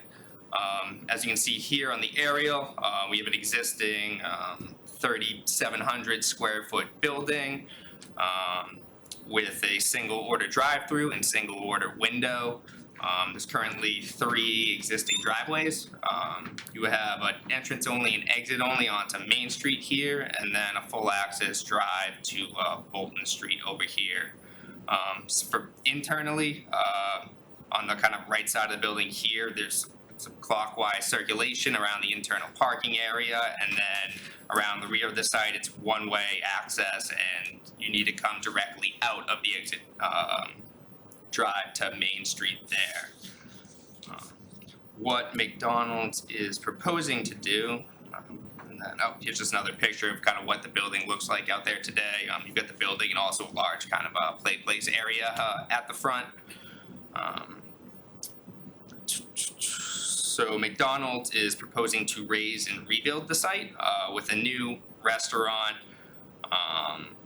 new utilities, landscaping, and kind of reconfigured drive-through and parking layout. We had previously met with the town initially back probably a year ago now, looking at potential layouts for this site. And as you can see here, this kind of dashed line is a 4x6 underground culvert, which kind of opens and closes throughout the town as a kind of a drainage ditch there. McDonald's is looking to do here is really just come in with a similar layout. They're gonna have a brand new building. This kind of culvert kind of constrain this layout. We looked to potentially reroute it, but to kind of get something like that to work, it kind of required really sharp turns, and it really wasn't ideal. And speaking with engineering, they thought it'd probably likely be best for us to look to maintain it, which is what we've tried to do here. As you can see, the new building will be about 3,900 square feet. It will have 2 drive-through windows. The first one back here is the pay window, and the second one they'll pick up their order. The drive-through layout itself will be a dual order point configuration. So the kind of intent of that is really just to improve the drive-through operations compared to what exists out there today. With the dual order points, you have that car come in with 6 or so orders that need to be made out of it. That's going to hold up the line, and under the single order today, people would have to wait to make their orders, and it kind of holds up the drive-through. The dual order allows that second order point to kind of continue processing orders, to kind of keep things moving, less idling there through the drive-through. Additionally, there is a recirculation lane proposed at the front of the site. This is really to kind of help vehicles who may be accessing from both the Bolton Street driveway or who want to pull into a parking space after they pick up their order to eat, to kind of stay on the site and go to the parking area to park, whereas under existing conditions today, they need to come out into Main Street and then turn back on. So this really kind of keeps more of the circulation on site rather than out into Main Street. The overall change in parking is there's 43 existing spaces out there today. There'll be 30 proposed, which is in compliance with the parking requirements out there. some of the other improvements with this new layout, you kind of have the parking along the sidewalk here, which provides direct access into the building. So the ADA stalls are kind of the closest point to the building, where under existing conditions today, there's no real great access to get in there. Everybody in this parking area really has to go through the drive-through lane in order to get into the building, and that's including those using the accessible parking spaces. So we kind of see that as kind of an overall improvement to the access to the building. We're also proposing a connection to the public sidewalk for pedestrian access, based on some feedback we've received to kind of better delineate that and identify it out there. We're proposing it to be like a red stamped asphalt, just so it's more kind of visible out there. Additionally, this project's going to result in a 3,700 square foot reduction in impervious coverage. So stormwater peak flows and volumes are going to be reduced compared to existing conditions there. As you can see towards the rear here, we had also been just relative to some permitting, we'd also been required to go to the ZBA for a use variance, which we received back in July. During that meeting, we had some discussions with the abutter just to the east here about some concerns with noise pollution from the just the change in the configuration. To kind of address that, McDonald's has agreed to install like a 12-foot high sound barrier fence. So it's like a vinyl fence with absorbent material within it. So it really helps kind of manage the sound from making it over to the abutter's property, where there's only like a 6-foot high stockade fence today, comparatively. So it would be just going to be a real significant improvement for them on that. And we're also pulling parking away from the fence line here. As you can see, people park right up at the fence. They'll no longer be doing that today. On that drawing right there to the left of where you've got the pedestrian walkthrough, that's asphalt? Yes, yep, so that'd be a recirculation. Purpose of that is for? To allow customers who pick up their order and want to just sit on site to eat their food to be able to access the parking area over there without having to turn onto Main Street. So under existing conditions today, if they do that, they're coming out into Main Street and then turning right back in. So is that an eating area? Is that what you're saying? No, I mean towards like customer picks up their food in their car and they want to eat in their car. They can pull forward into the recirculation lane and access this parking area. Because that continues to the other side. Okay, Exactly, so they don't need to go out in the right of way, Yep, just to kind of improve traffic conditions there. I think, and then, yeah, as part of that proposed fence, we're also proposing a row of arborvitae there just for further kind of like sound mitigation. I think it's generally most of the site stuff. We also were required to file a notice of intent with the Conservation Commission. We met with them last month. Just relative, the notice of intent was required for work within a 100-foot buffer of an open channel. So kind of at the edge of the property line here is where the culvert just kind of opens up here, and then it goes under the street and is open kind of in this, you kind of see this tree right here, but otherwise it's a closed culvert there. So we met with the Conservation Commission, the meeting went well. They didn't have any significant comments or changes to a proposed layout. They had some minor things, just some information we relayed back to them about some like operation items, and then we ended up continuing the meeting just in case there were any significant changes coming out of the Cpdc. So they just wanted to kind of hear that might impact the layout there. I think that's generally most of kind of what McDonald's is proposing to do here. And I know we want to keep it concise, so I'm happy to open it up to the board for any questions. Great, thank you. Yeah, I'll pass it to my colleagues first. Anyone on the board have questions? Yes. On the dual serving point that you've got, I know you said that you had undertaken a survey with regard to how large your queues have been historically. How big are they? Because you can, right now you can fit about 12 cars, 11 or 12 cars. I think Jason can speak to that. Have you ever met that or gone out into the street? For the record, Jason Adams with McMahon. We were on site during the weekday midday, weekday afternoon, and Saturday midday peak periods of the site. We spent about 7 hours observing queues. The maximum queue that we observed was 9 vehicles. However, the way the site is configured today, if you can go back to the existing site, there is a pinch point where the vehicles ordering do spill back towards. Yeah. Stacking exhibits. I don't have any problem with the traffic pattern of the queue. I've got some question as to whether you really need a dual ordering point.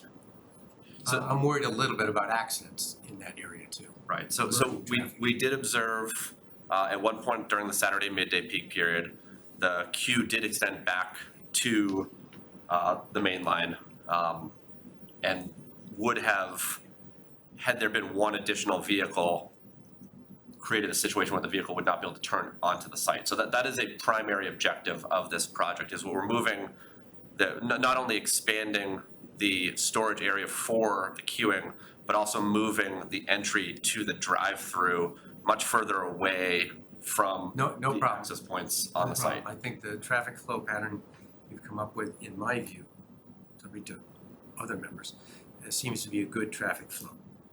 I'm more concerned about, I think, the second ordering area, that you've got 3 vehicles in right there. I'm a little bit concerned about maybe an accident occurring up there. And do you really need it? Explain again why you think you need it. If somebody comes with 7 kids in the car and they've got an order of 20 things, Yes. What's the real need? So it just really helps the restaurant operations to continue processing orders. So again, like those larger orders, if they are being made, it's gonna take more time.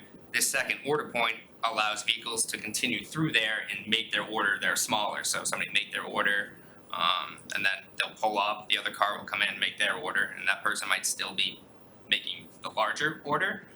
So it's really just helps reduce customer wait times, and just keep McDonald's able to process their food orders so that people can get to the window to pick it up. Then the kind of other, so they'll have the second order point and then the second window. So they'll be picking up there, or they'll make the payment at the first window and then pick up at the second. So it just really helps keep the drive-through operations moving. And this is for like peak flow, so during most days, would you be, or when it's not lunch or dinner time, would you be closing off one of those and not using it at certain times? So as part of the ZBA, and talking with the abutter, we also came to agreement that the kind of outer lane here will be closed at 9 p.m. just for to mitigate any potential impacts to their property. We agreed to do that. So this outer lane here will be closed at 9 p.m. But otherwise, they'll both be open typically. Yep. I will say I would hope that there's some language in there that's a little bit changeable, because the truth is, with the 12-foot fence, that they may hear more noise from the one that's a little bit further away. As odd as that is, but right, the line of sight is better cut off, but from the closer one. So I'm going to project that it would be better for them to keep the closer one open, but we'll figure that out, right? While we're talking about traffic, I guess one thing that I'd really love to understand, because I think that sort of helps people understand what's going on here, is right. I'll premise this by this McDonald's has got to be the biggest traffic generator in town. Maybe I would have, in the past, I would have said that was Dunkin' Donuts, but now that we've got like one at every entrance to Reading, I think that's all dissipated some. But right, because I looked at your peak hour trips, 200, is that what I read? It's a lot, right? My question is, do you have any sense of which direction they're going, right? So from a typical traffic impact analysis, right? You sort of like figure out which way they're coming and going. I'm particularly interested because I think my sense is, right, like everyone exits out of right now, right, out of this one point, which is always, there's always a queue, or almost always a queue backed up to the driveway exit there. Near to impossible to take a left turn southbound, and sort of forces everyone up back into the Washington Street intersection. This circulation pattern, right, gives that opportunity to people to pull out onto Bolton Street that they can't now. I'm curious about if you have any sense about how many people are being forced onto Washington into the intersection just because you can't take a left out of here. And will this have any noticeable change from what is our worst intersection in town? If you follow me. I do. And I guess I'll start at the back end of the comment. We don't expect there's going to be much of a change in the number of vehicles that would travel to the site. This is primarily to serve the existing customers already traveling to the site. During our observations, we certainly looked at the driveways and their operations. There were times where there were a couple vehicles queued. We did see instances where the Main Street traffic allowed left turns, somewhat of that courtesy gap. Certainly some of the queue spills back from Washington Street towards the McDonald's site. So sometimes that standing queue can be a hindrance, and other times when people are aware of the situation, they can help vehicles exit. Certainly during the peak times, more vehicles turning right out of the site, as you said, heading up towards the Washington intersection. The majority of vehicles still would be expected to come to and from Main Street, but as you mentioned, there is additional access. It's more readily available onto Bolton Street. So today, if someone was looking to travel onto Bolton Street, they would have to take that left turn onto Main Street, travel a short distance, and then take another left turn. So there is a bit of an access management improvement here as a result of the circulation and the additional travel path towards Bolton Street. But overall, we don't think that that's going to change much of how vehicles use the McDonald's. And overall, the improvement really is to better organize the on-site traffic, not expecting that there's going to be any noticeable change to the number of trips to the site.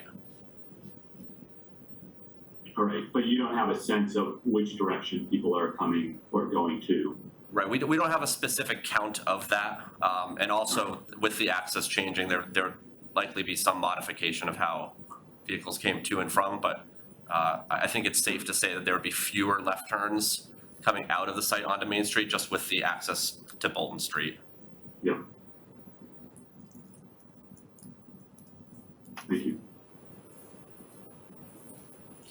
And just for clarification, you're saying that the traffic study work that you've done doesn't show how many right turns and left turns are made from each exit in and out?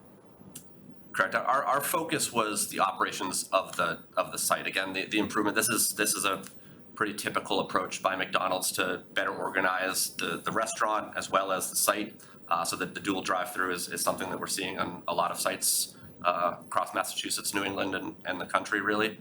So the focus was making sure that the project could better handle the existing customer base. Again, McDonald's with this build program, it's really about improving their efficiency, improving their customer experience.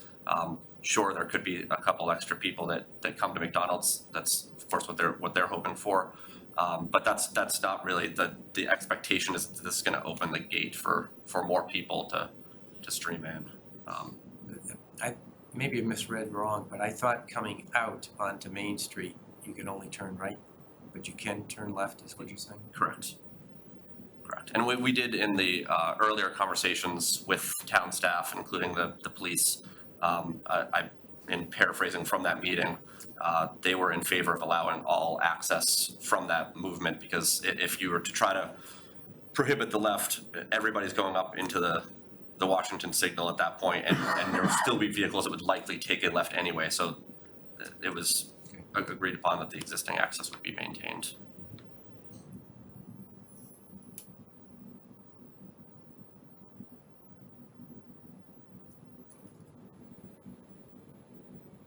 So question, where are you loading from?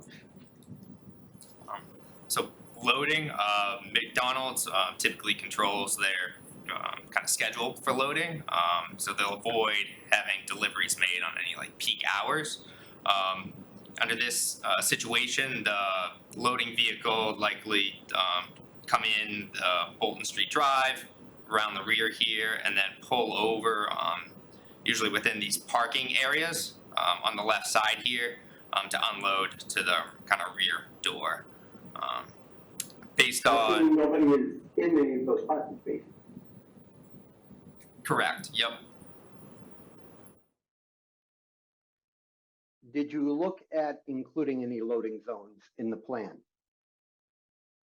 We considered that, but based on kind of the constraints of the site and just the number of parking spaces for operations that were desired, they didn't want to reduce this much further. And we've typically seen this kind of circumstance with loading done at other McDonald's sites in the area as well. It's pretty typical. That's what they do today. Under today, I believe they would go to the other side, or depending, they might just come in and stay on this side and then go out Bolton. I'm not too certain on that. But usually they're in the pass-through lane by the drive-through. And then I guess they would go out Bolton. Yep, yeah, so they would be at the rear. Door, yeah. My problem is that McDonald's tends to use 18-wheel trucks for their deliveries. Yeah, it's typically a WB50 vehicle that they use out there. And for a restaurant with 3,900 square feet, technically you're supposed to have 2 loading zones by town bylaw standards.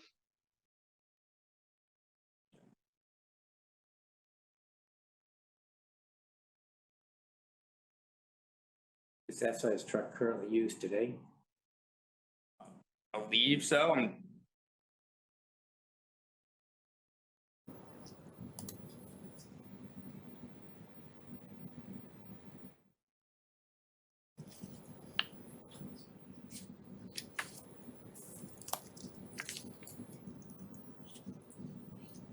My concern is if you take an 18-wheeler, really almost anywhere you park it on this lot, unless you can find a spot where there are no cars, it's going to impede your traffic significantly while they unload. As I kind of mentioned, ideally operations, the loading truck will just come around the back, and it won't be during the peak hours when these spots might more likely be full. It's during off-peak. So their plan is to have the loading truck just come around and pull into this side of the building and unload and come in through the rear door here. I understand that's the plan until one person parks a car there.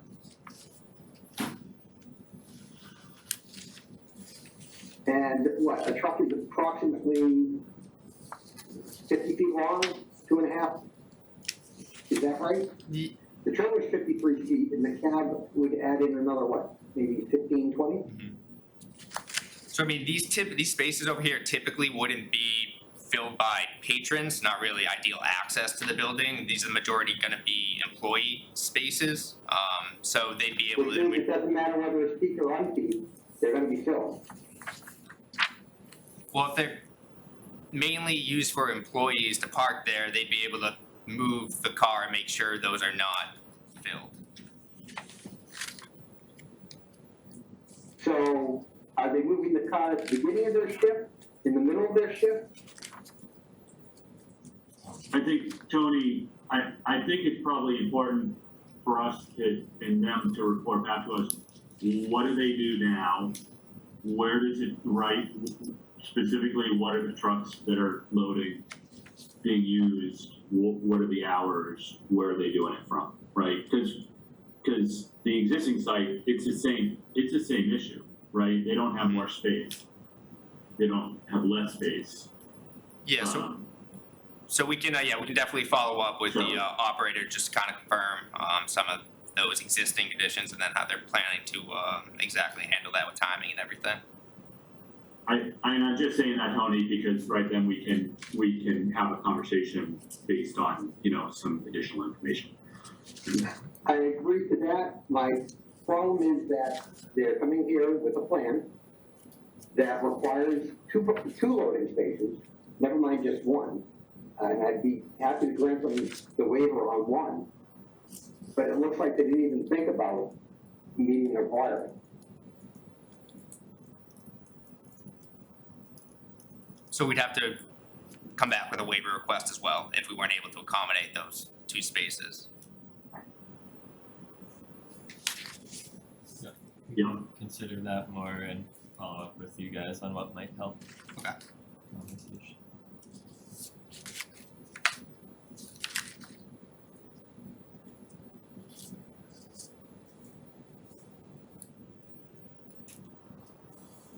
I will say that I can see where this flow pattern has the potential to reduce traffic onto Main Street at that exit, at the original exit.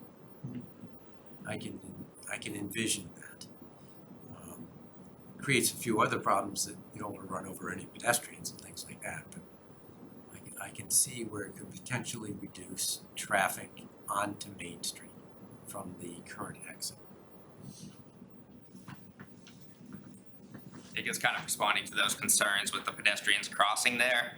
I think cars aren't gonna turn fast into there, and the crosswalk's at the other end, so it kind of gives the driver the ability to read what's going on up there.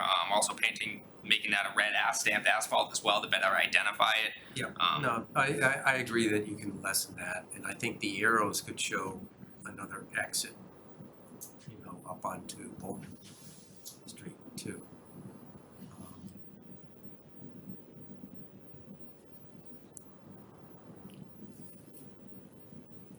Because I just think people aren't going to be looping around as much. In other words, they're not going to go through the drive-in, they're going to take the loop around.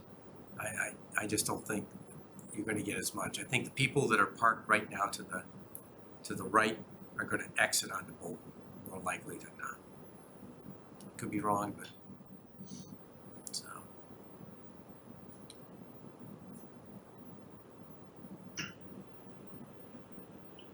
Other comments from the board? I don't know whether you could free up some space by, instead of a square box for your garbage disposal areas, some other configuration like an L or a T.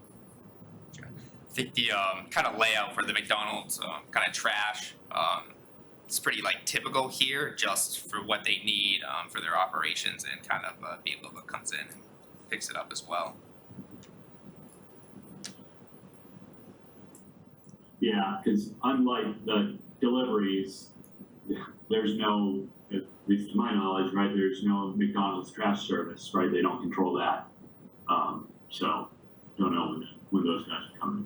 Yeah. A little more unpredictable. Yeah, and then under existing conditions today, this is where it is as well. It's in the same location. And the pickup is from which end today? So it's from the Webster's? front. Yeah. Okay. Yeah. So yeah, they'll come in right there. Can't see it under the tree, but yeah. Okay.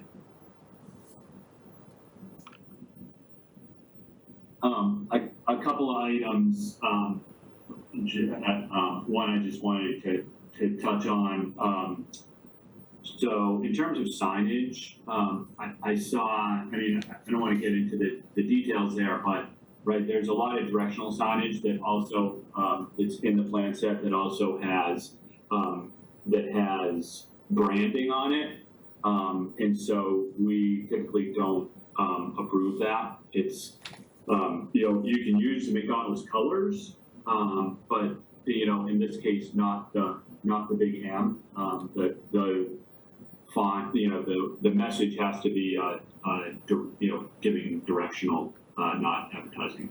Yeah, so you're referring to the ones at the kind of driveways as enter, exit, correct? Yeah. There's a whole sort of a slew of, so. Gotcha.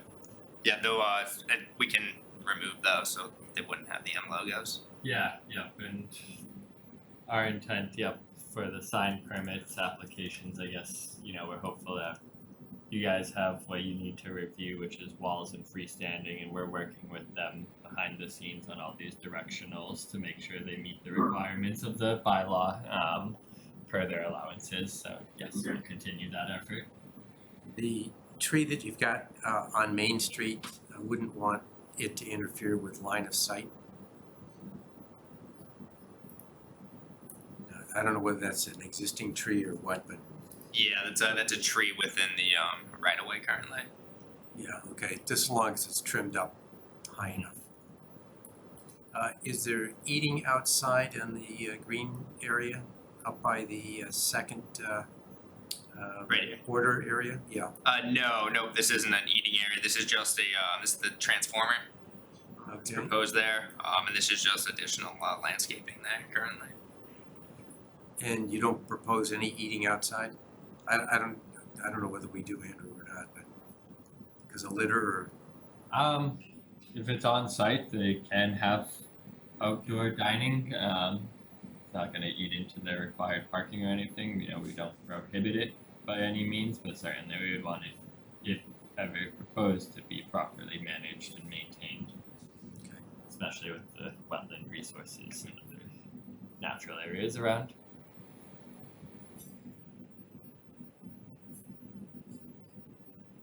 Yeah, it's something we can follow up with the operator on to see if they have any interest. whatever, it sounds like the town is amenable to whatever solution you may have. I mean, litter would obviously be the biggest problem. And safety. You don't want kids running into traffic.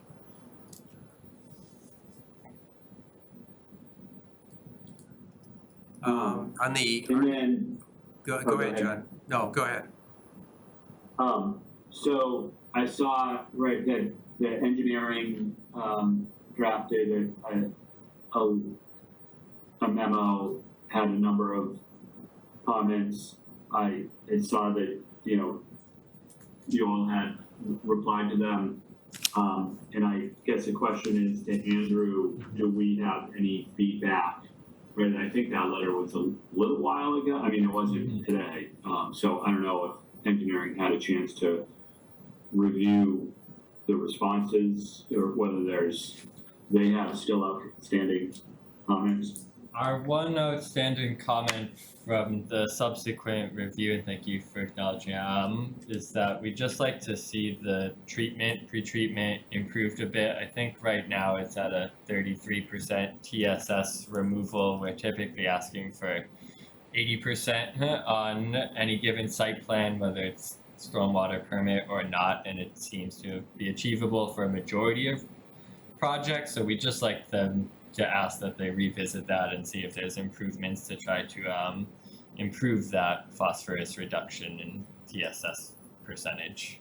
Yeah, so we had considered that, kind of given the site constraints, it's kind of difficult where that phosphorus treatment is really effectively done with underground infiltration, which when we're able to do it and accommodate it, McDonald's is usually good with that. Just given some of the constraints on our site, kind of the left side of the building here is where all our utilities come out. Given the underground culvert, we can't really come out with anything on this side. So it's pretty tight on this side to get any infiltration, and it's really gonna have your sewer, gas, lines, water lines all over there. On this side, it's really, this grades down to pitch, and we're proposing 2 catch basins to connect into the existing culvert. As it exists today, there's 2 connections. I can bring up the grading plan here.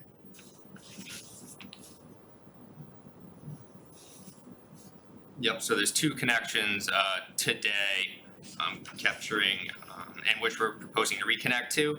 These new kind of reconnections. We are proposing stormwater quality units, 2 of them, one on each side back here and then towards the front here for that treatment. But kind of based on the topography and being able to provide the separation that's needed, it's kind of difficult, especially with like the outlet from that infiltration, underground infiltration would be that underground culvert, and you'd want to connect into the top of it, so it would be an inverted pipe. And there's also the soils out there, I believe, are like C and D, so they're not the best infiltrating soils either. And we've also identified some ledge 6 to 8 feet down in some areas. So there's just a real number of constraints kind of holding us to providing underground infiltration to really provide that effective treatment.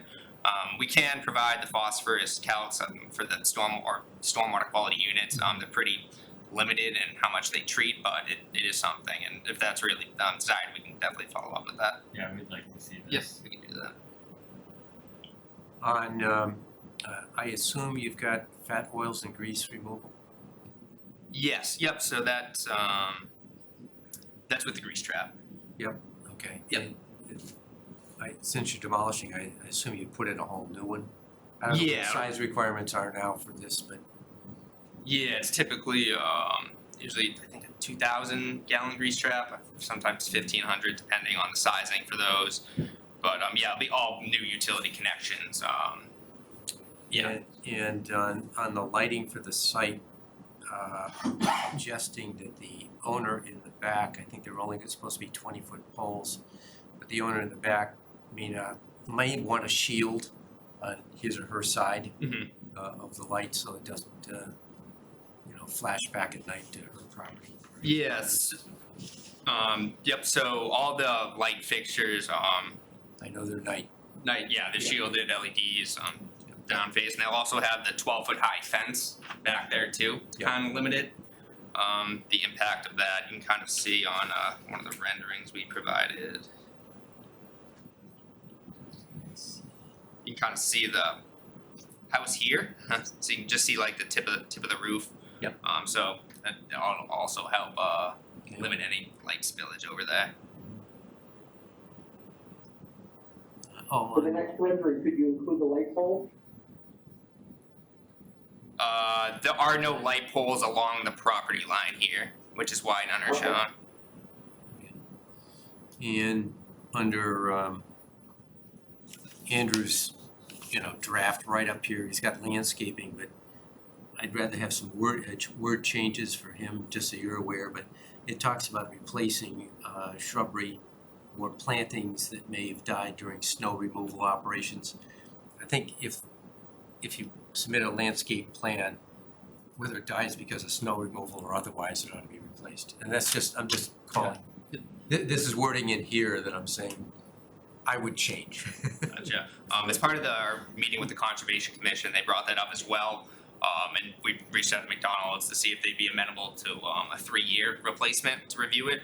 That's kind of where we landed coming out of the Conservation Commission. Okay.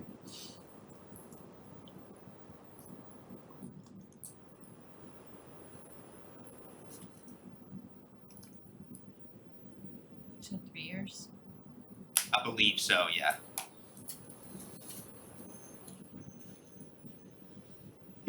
In the plan set, is there a detail on the fence that you're talking about? The 12-foot one in that? I don't recall seeing it, but. There's a rendering with the landscaping in front of it. Yeah, we had I we had saw the the rendering. but- I don't think we had a detail. Yeah, I don't think I have a detail. I'm not sure if we provided the specs. That'd be great to have. Specs.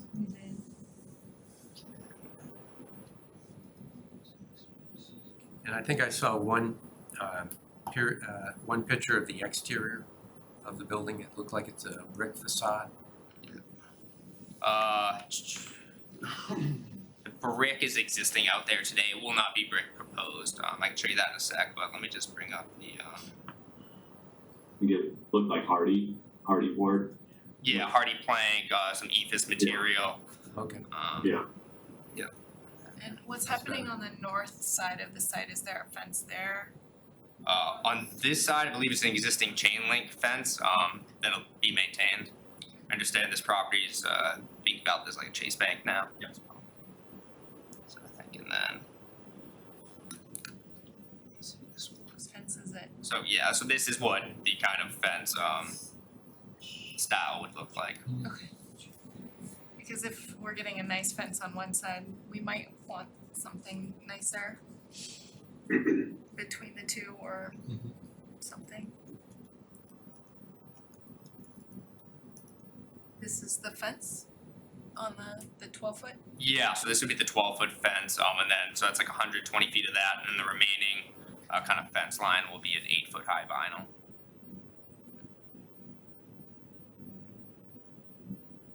But we can certainly submit these kind of like technical specs as well. Yeah, that'd be great. Yep, no problem. And then the exterior, Oh yes, the renderings. Yep. So as part of the exterior modifications, they'll have like EFIS material wall at the front here. And then can you blow it up more? yeah. That's about the size of the picture I had.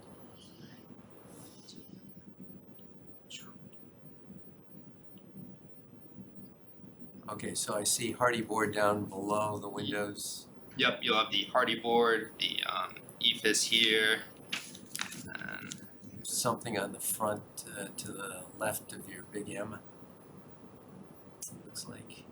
oh yeah, so this kind of be made to look like a wood material, more or less, just to kind of to provide variations with the architectural design here.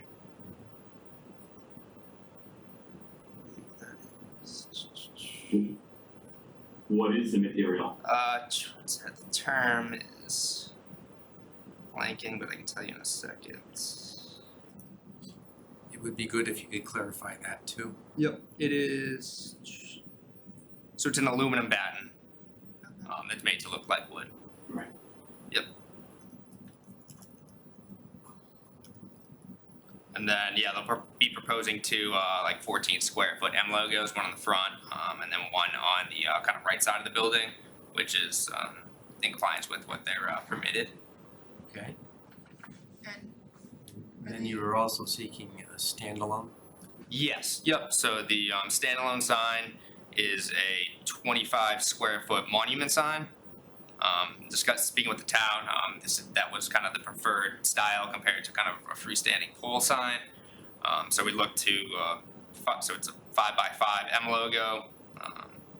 When it'll be 7 feet high. The location. And Andrew, what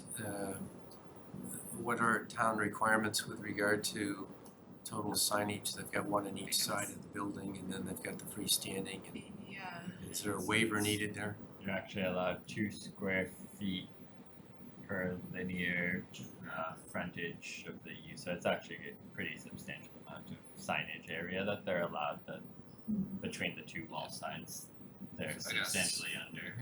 Okay, and that's not going in front of zoning, that's just coming to us. And the only concern I've got with the standalone sign is again line of sight. Gotcha. On that, because I think Even you had to move it up the closer. entry driveway and not the exit driveway. Yeah, it's at the entry drive. You can see it kind of right here in the Okay, yellow good. area. Found the best place that it could be. Yep. Yeah, and then kind of the reasoning to support that, it's like just helps vehicles identify that, hey, there's a McDonald's up here ahead of time, rather than getting up to it, seeing the McDonald's, and then making a quick decision to try to like turn in. Right, from So the it left-hand lane. Yeah. Yep. Something on the No, elevations. it was a question about the signage, because Yes. former boards, we saw a lot of signage, so. Andrew, isn't this business speak? This is business speak. I didn't think monument signs were allowed in business speak. It's a special permit application, which is what we noticed, and so there are parameters that they're under, which is the height, but they're not. So typically a freestanding sign requires a 20-foot side yard setback, but there is actually a waiver language for that in the bylaw that you as CPDC can authorize a freestanding sign in the side setback as long as you feel that it's appropriate, not detracting, and visually safe. So that's, I guess, what's being proposed. My concern is that usually they get one or the other. They don't get wall signs and a freestanding. Yeah, business A has the requirement that you are only allowed one or the other. Business B does not. So thus the proposal for all three 2 wall signs that they're allowed by right, and then the special permit, which is at your discretion for the freestanding sign. I believe we've seen it at the bank, the previous, it's Metro West, I think, across on Main Street. They have a freestanding and some walls. But you're right, we don't have a lot of freestanding signs really outside of that in Business B. Well, they have a blade sign, right? Is that Metro? Metro does, yeah. They have a lot of signs. Yeah. Actually.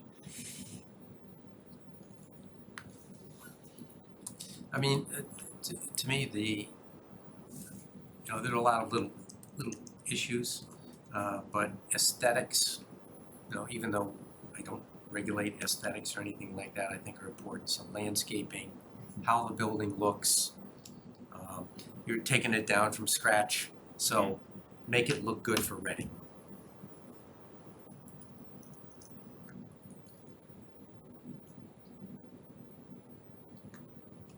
So with that, I think I'd like to open it up, if there's any comments from the public or online. Also, I think it's important to note that we did receive a public a comment, and is that available? It is. Yep, we have it. And I believe we shared it with you. Yeah, you guys have the letter. It hasn't been, I don't think I posted it, but the applicant has it. And just, I guess, for CPDC's awareness, we did receive just before the meeting the letter with additional signatures attached to it. So there has been an increase in, I guess, petitions for what is the revisit, but the submitter of the letter is here, and if you open to public comment, I'm sure that you'd be happy to speak a bit. All right. That way I won't have to paraphrase. So. Same.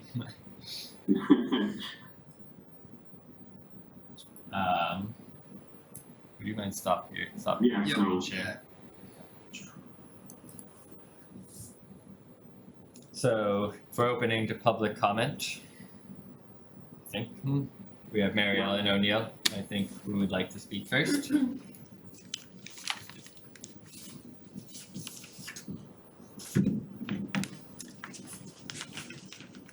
Hi, Mary Ellen O'Neill, 125 Summer Avenue. I'm a signer of the letter, but David is going to speak to that. I do want to speak to a couple of issues with the proposed site plan.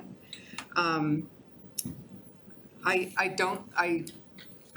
believe that there will be an increase in traffic, and I'm opposed to that interior travel lane. The interior loop around lane. I think if people will probably pull over right over to the right if they were going to eat on site in their car. And I think what happens is that even for people taking a left, even if they go up Bolton Street, they're just shifting. It's like putting trash in your neighbor's yard. It's like just shifting a left turn. It's still going to be a left onto Main. And I can hear John's thing that the Washington Street is the worst intersection, but having been caught many times in getting to Walgreens and the Bolton Ash Main, it's just a crazy, you couldn't plan a worse intersection there. So you're going to shift the traffic down and shift that left just a little further down to Main Street. So it doesn't really, there's no improvement, and I don't see a point to it. And I also think what I'd like to see it is, and I've said it at the ZBA meeting, is I'd like to see that devoted to the landscaping. This whole area right down there is a heat island. There's no foliage really along Main Street and on Bolton Street. It's other than the few trees that on the McDonald's site that they propose, I think, to take down at least 2 of them. There's no point, especially if you're not having people eating outdoors, to have that interior landscaping. really. I mean, I don't know who you're shading. You're not shading, the traffic is in and out and no one's outside eating. I'd like to see the landscaping shifted and provide more benefit to the community. Right now, I mean, we're gonna get rid of that ugly structure in the front and you have a better looking building, but otherwise there's not a lot of benefit to the community. A more better community benefit would be landscaping that moves towards the street and makes that whole sidewalk on Main and down to Bolton and Ash more walkable. Those are my comments on the site plan. Thank you. Thank you. And next we have Dave Talbot. And Dave has submitted some brief comments that I will share on the screen so he can run through them. Yeah, Dave Talbot, 75 Linden Street, resident of town for almost 30 years now. Thank you very much for the hearing. And as Andrew cues up, I had a couple of slides, but if you could just hold that cover slide for a second. By the way, I was out there the other day. There was an 18-wheel truck delivering food, and it was parked on the right side. I'm kicking myself for not taking a picture, but there was an 18-wheel truck. To Tony's point. If I could just add a quick detail. There was a lot of comments made about this is about making things more efficient, better customer experience, and so forth. Just a quick question is like, how much quicker do you think the average person is going to be able to, get through and stuff?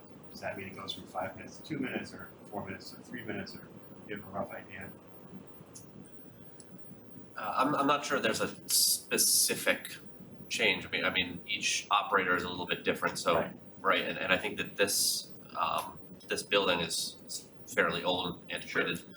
So I think that there's kind of an inherent desire to improve the overall package of the site. Right. The building, the circulation, the drive-through area, parking, like all elements. And a project like this, once you're trying to do one thing, you're then trying to just do it as best you can rather than put a little lipstick on it or something.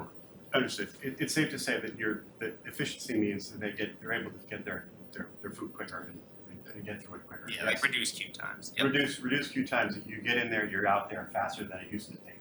You're able to get through there more quickly. Right. It's also about the efficiency inside the restaurant as well. There's an operational efficiency between staffing and the way orders are taken and all of that. So it all moves faster. It all moves faster.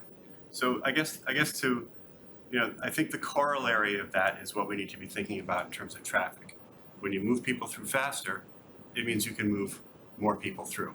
At those times when the site is at full capacity now and you couldn't deal with more, you can move more quickly, and then you have more traffic. That's simply the corollary of greater efficiency. Stepping way back, McDonald's is a very interesting company. It's obviously the biggest fast food company in the world, and real estate has always been like their core business. They bought great sites in the 60s and obviously one in the middle of our town. And they've always been an excellent company at maximizing value out of real estate. And at the highest level, I think the comments from myself and the now 60 people who signed the letter that's been publicized would say that there are other uses for the site that would still be great for McDonald's. And even there might be models around the country of how McDonald's has approached downtown sites where there's still a great business case for the company, but also it's mindful of our town's goals and objectives, which are several. And just to briefly mention them, we all know what they are, but we're about to enter a net zero planning process with MAPC. We have the MBTA communities mandate, and this is a site that's smack between MBTA station on one side and the supermarket about equidistant on the other, making both walkable. So it's really the transition. We have the Walker's Brook Drive corridor initiative where we're trying to increase and improve how we get from this part of town and the downtown through over to Walker's Brook and make that all more, cyclist and walkable friendly. And this site is right in the middle of what could be for this downtown and all of these objectives. I probably missed a few. Eastern Gateway is another one. This is right at the bullseye of all this. And so looking at this, you have to think, wouldn't it be great if all of these great things all these boards are working on, all these great objectives of the town and the state, and the creativity and expertise of the world's biggest restaurant company could somehow come together and do something better than the template where the idea is just to maximize drive-through throughput. To what the chair said a few minutes ago, McDonald's already being the biggest traffic generator in the downtown, we know this is, okay, maybe there's differences of opinion. There's good reason to believe this will greatly increase that traffic. Now, if we could just go through the deck, and if you could just hold on the picture for a second before you could go. Now, that's what it looks like a lot of the time for people exiting. As the previous speaker said, you know, it's very congested. It's probably the worst. I think it's safe to say the worst and most congested intersection in our town. It really needs serious help. It needs to be rethought. It's dangerous, and maybe click through. I have a couple of bullets here. Hit the next one, please. The town's own study, GIA is the acronym for the consultant, said this is a high crash location with a high number of conflict points. Everybody's common experience. We've all been there waiting for that light at Washington and Main, and somebody's trying to pull out of McDonald's, and somebody else is trying to pull out of Bolton, somebody else is coming out of Ash. This is all right there. We've all been stuck, and that's what we all experience. We see it with our own eyes. That means this site is, and the way it's configured now, and will continue to be under this proposal, and perhaps get worse, is that it's a real detriment and impediment to the downtown quality of life and the attractiveness of our downtown. And as those goals I mentioned a few minutes ago, it really does go diametrically against all of those things we're trying to do. Now, I know we're here talking about technical arguments, legal arguments about, you know, widths and this and that, and curbs and the height of fences, but I think there's a big picture to think about here too. Could you go to the next slide, please? Now, just to go back to the study, I had more bullets getting into the weeds, but the bottom line, you know, sort of conclusion of the study that was discussed earlier is that the traffic impact of the project is anticipated to be negligible. Now, there was another line. I tried to make this shorter because I was told I only had 2 minutes. Thank you for giving me maybe 5. There was a line in there, though, that the consultant did say maybe less than 5 new trips per hour. Was that what you said, I think, if I recall? I think it was, 6 to 7 an hour. Okay, additional trips. Additional trips. Okay, so then if you're open for 12 hours times 6, you have, I should be better with the math. What's 12? What is 12 times 6? 72. Thank you very much. So even at this de minimalist estimate is 72 new car trips, which are going to be clustered at the rush hours and in the meal times, common sense. 72, that's according to the that's not negligible, but that's where we start. And if you go to the next slide, I think this needs an independent review is where I'm going with this. I think there's a good reason to believe that there's a high risk of far worse traffic than what is being portrayed in the study. Now, I think the site plan itself tells you, it speaks for itself as to why we should be very, very worried. If you could go to the first bullet and just do one at a time. So when you go to 2 kiosks and 3 windows, when you only have 1 kiosk and 1 window now, it is self-evident that you can move 2 more cars through to order, and then 3, I guess 1's to pay and 2 are to pick up and staggered. It's self-evident that this moves cars through twice as fast, which means twice as many. And now McDonald's is great also at marketing. It's a big multinational company. They're going to be marketing their restaurant. And so you can expect that the marketing will occur, consumers will be interested in the new restaurant. It's engineered to move them through quickly and move them through at greater volumes. That's just self-evident from looking at the plan. If you could go to the next one. So the actual number of trips, I know you were out there for a couple of days. We don't know what's going to happen next year, 5 years, 10 years. It's going to be influenced by future McDonald's marketing campaigns, billboards, smartphone apps based on location, consumer interests, and other things are the things that are going to drive actual trips to this restaurant that is engineered to handle twice as many cars. Go to the next bullet, please. I think that this is implied. There was reasons stated for why there's a second exit being added on Bolton. I heard what the stated reasons were. I think it's reasonable, now this says you recognize that goes maybe a little too far. I think it's reasonable to consider that McDonald's has looked at this and said, geez, we're going to be moving so many cars through. If they all go to Main Street, they're never going to be able to get out because of how congested it is already. They said, geez, we better have a way for them to also cut left and loop around to Bolton. That's a theory, it may be wrong, But it's worth considering that that's one of the reasons why they're adding the second exit. I may be wrong, but it's worth considering that that's a possibility. They know there's going to be a lot more traffic going through there. That's why they don't want to send them all to Main Street, because it's already gridlocked, or that it will be. That's something that I think should be investigated in a separate independent study, not one that's just the developer's study. Can you go to the next bullet, please? Maybe I only had 3. Yeah, and so I think we can hope that the trips are only the 72 extra a day. Well, we can hope that, but I think also to be prudent as we plan, we should think, well, what if? What if it actually doubles the number of traffic of the cars coming through? Maybe it won't, but what if it did? And which it might, and then what if that 18-wheeler goes in? Now where are we? What does this do to traffic? What does it do to safety, pedestrian safety? What does it do when emergency vehicles have to go through? When there's an 18-wheeler delivering, you've got double the cars going through, and you already have very profound congestion that we've all experienced driving through there. Just think about it. I do think we need an independent assessment. I wanted to just point out that McDonald's advertises on I-95. Now, the 375,000 cars daily is a figure for the interchange of I-95 and I-93. It is the biggest, it's the busiest interchange in Massachusetts. So I don't know how many go up I-95 and down I-95. It might be more or it might be less than that number. But it's hundreds of thousands of cars a day. And they see this sign saying, go to McDonald's, exit 56B. That sends them into our downtown. It's the only drive-through in our downtown. Now, does that matter? I don't know. Will smartphone apps and other geolocation things that McDonald's uses to market encourage more cars to go to this new restaurant that can handle double the number of cars? It's reasonable to think that perhaps that is what will occur. What if it does? What happens to our downtown then? Next slide, please. Now, here's some happy news. I gave you some things to worry about, I think legitimately, if you're not already. You're looking at a McDonald's very much like the one in our downtown. This one is on the UPenn campus in Philadelphia.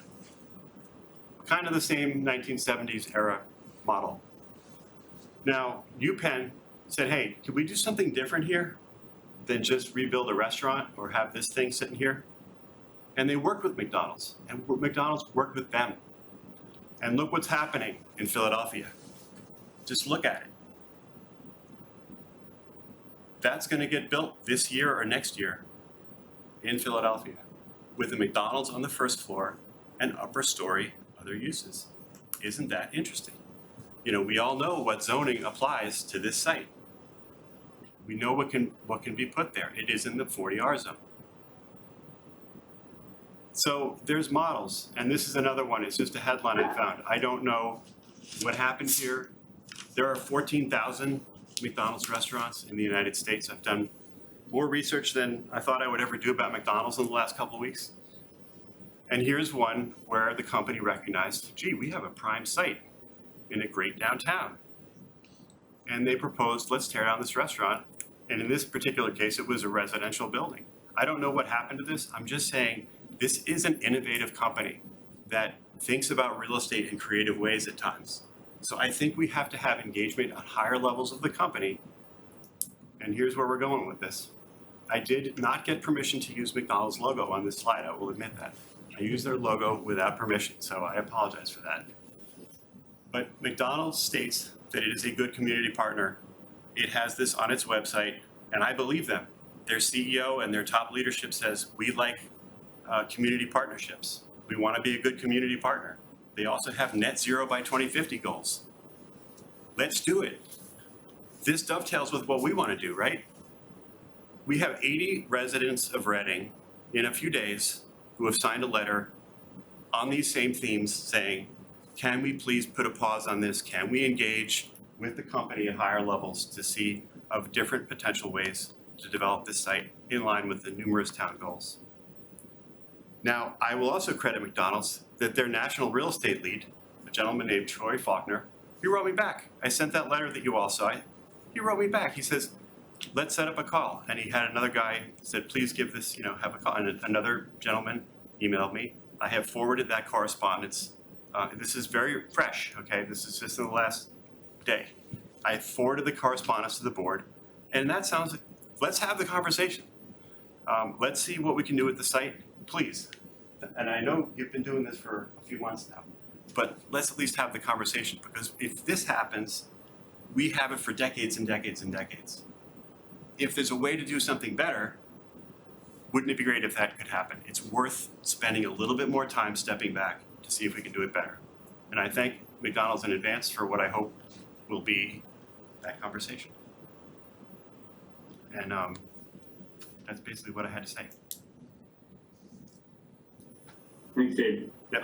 Did you say that you got a response and you forwarded that to the town? I did, to you guys, but I only did it in the last couple hours. It was just a reply saying, let's have and that's all it was. And I haven't, of course, set up any such meeting. I don't think it would be for me to be the one to have the meeting. I think it would be for qualified professionals such as those on the board and on the staff. And so. All right, thank you. Yeah, thank you.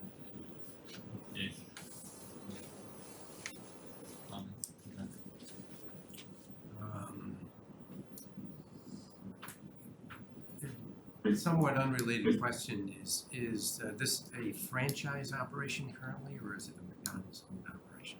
Franchised. Franchised? Could we clarify that real quick? Well, I don't know McDonald's format. Some fast foods have corporation owned and corporation franchised, meaning somebody else operates the business. And our research is that the McDonald's company owns the property through this LLC. I think that needs a fact check. But if we're wrong that some individual owns it, who is the individual? McDonald's owns the property, yes. Yes, Yeah. McDonald's owns the property. And I think Sandra, I want to speak to that. Yeah.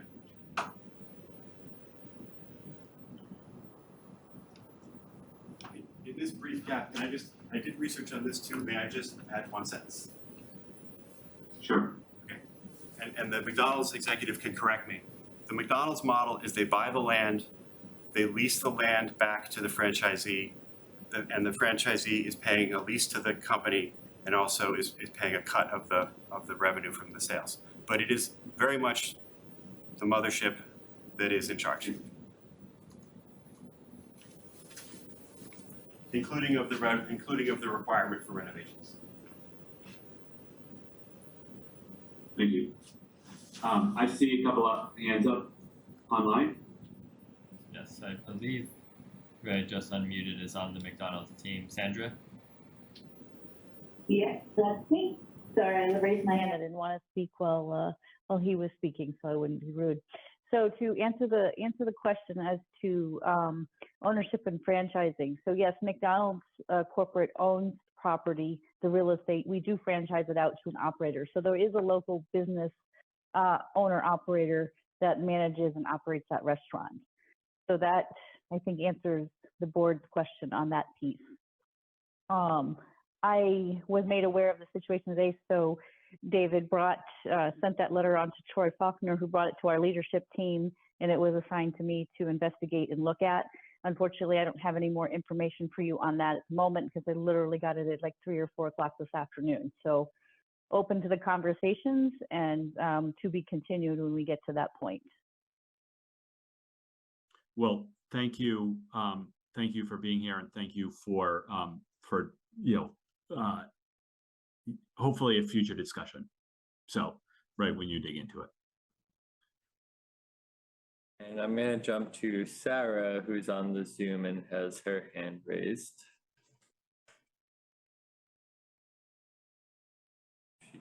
They can unmute.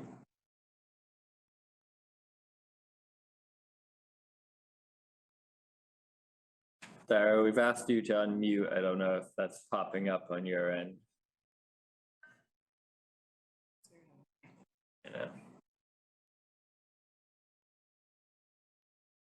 This point. little okay to let them themselves. You there, Sarah?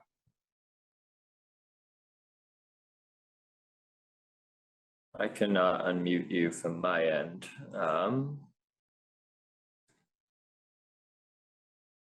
Yes, maybe as Sarah tries. Oh.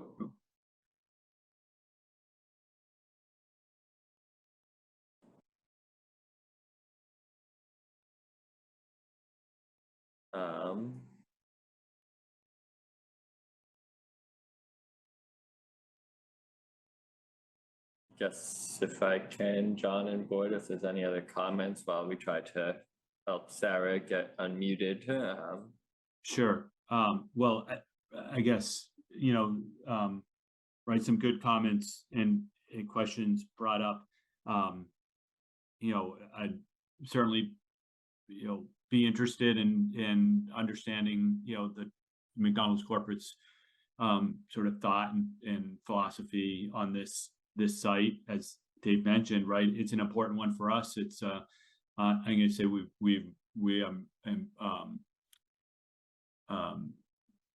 there's a lot of things that the town is grappling with in terms of development, and to the degree that McDonald's can, support the town in trying to achieve our goals, that would be great, or at least have that discussion to see how that can happen. So, but I will, right, I'll also say that, right, that discussion is outside of site plan review. So, it's a little bit awkward there, but I don't think too awkward. And specifically on the traffic, I know anyone that watches these meetings over the past number of years, that's always an issue of mine. I'll say I'm always skeptical of the numbers. And as I said, this will impact, I'm hopeful that it'll be a benefit. I can see Dave's point that it could easily go the other direction too.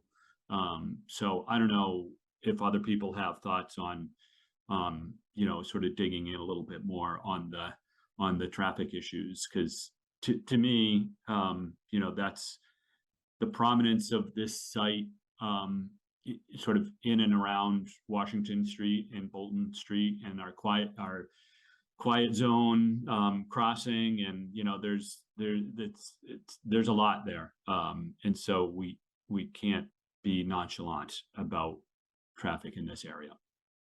I'm unmuted. Can you hear me? Sure. Hi, John. It's Sarah Brucolacchio. Hi. 48. Go ahead.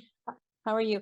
48 Maple Ridge Road in Reading, and such great news to what we just heard from, I think it was Sandy from McDonald's, that we could open for a conversation. So that's great. I just wanted to say I really appreciate Marianne and David speaking about this. And I wondered if it was possible can we pull up a picture of what the Eastern Gateway was, some of those preliminary, I don't know, not mock-ups or whatever, that showed sort of what it was going to look like? That might be helpful. I do, right. I'm going to say, in interest of time, Sarah, well, first of all, the Eastern Gateway didn't quite incorporate this site. I think really the Downtown Smart Growth District is really certainly the zoning is in place, right, for someone to do something in the the Eastern Gateway was more, I'm going to say, illustrative.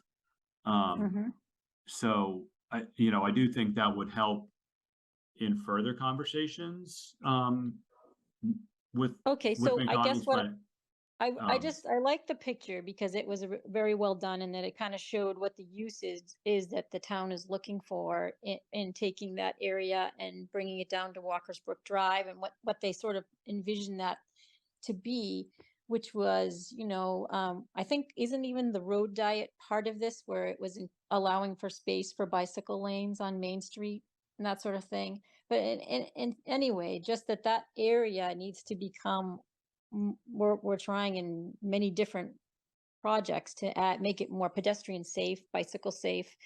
And like for instance, what Mary Ellen was saying, the outer part of the project that goes along Main Street, Ash Street, Bolton Street, it would be good to have that incorporate safe sidewalks, treed safe sidewalks that also allowed it for bicyclists and that sort of thing, because it's really not safe at all. And so even if we do go ahead and start to do some of that other development, we'd still have to be reworking that intersection at a later point in time to make it more pedestrian friendly, is just one of the things I wanted to say.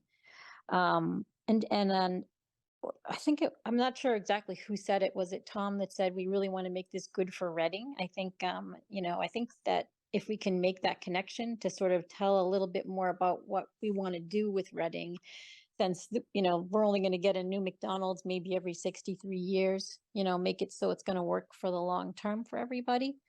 Of course, McDonald's is really important, and it's had a place in Reading, for decades.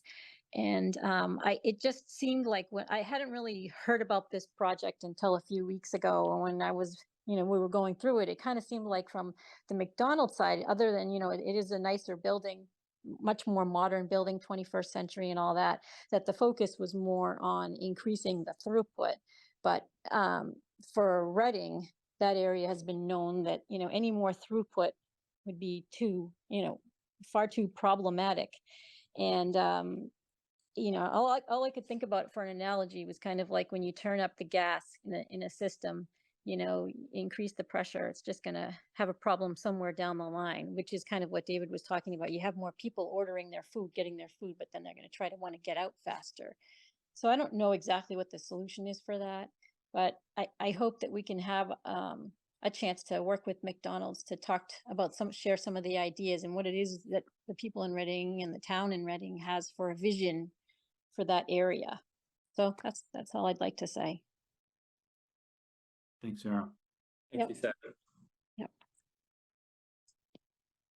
So, yeah, I mean, I guess to John's point that, if these conversations do get scheduled, these are all elements that we'd certainly be bringing to those conversations to inform McDonald's upper management and real estate team of like our longer term visions. These guys have done a great job with the site plan and all our comments to date and your scope here. So I guess to your point, yes, I'd like to continue those conversations offline and report back to you guys on where they end up and how we see it moving forward, if it changes at all.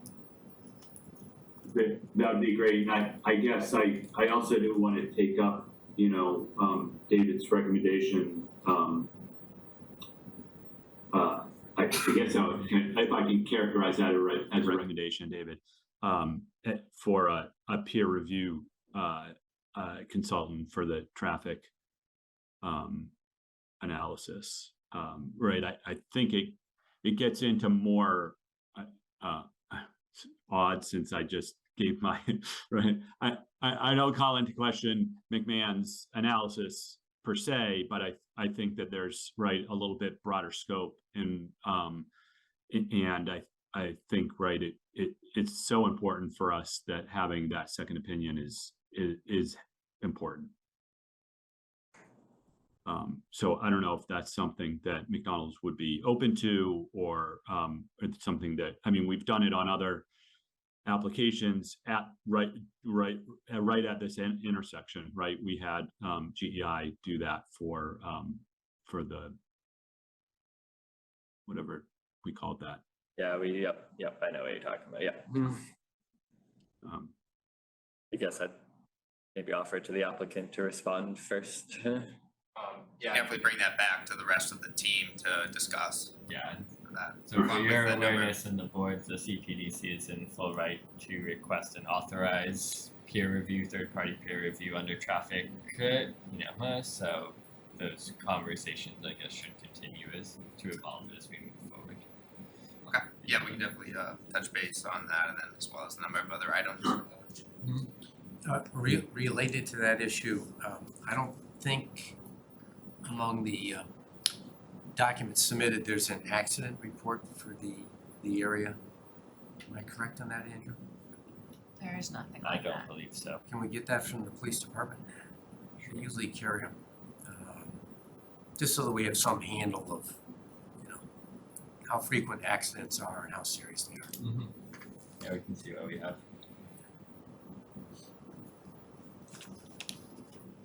I believe Dave had one last comment. Maybe not last, but No, thank you very much for that. That would be great to have the peer review, and appreciate your comments, John.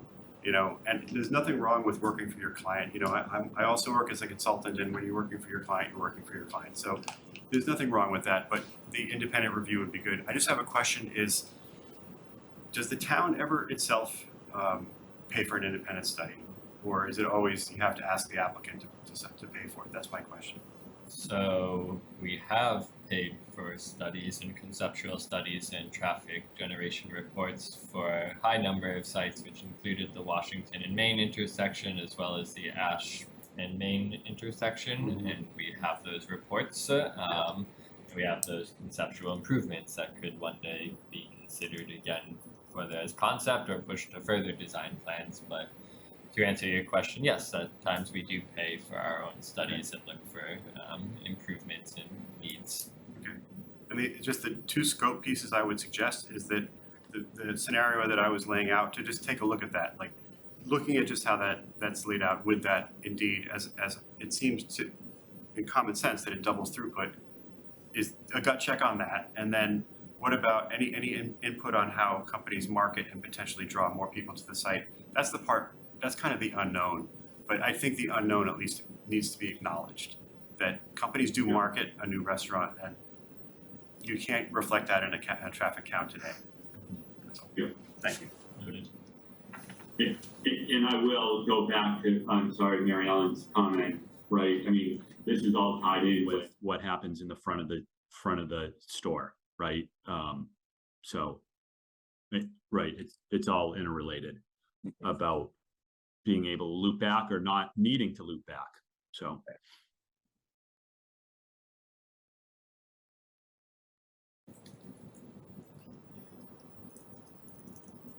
I don't see any other hands raised at this time.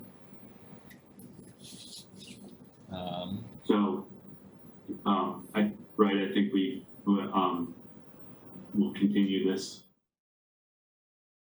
I think so. Yeah.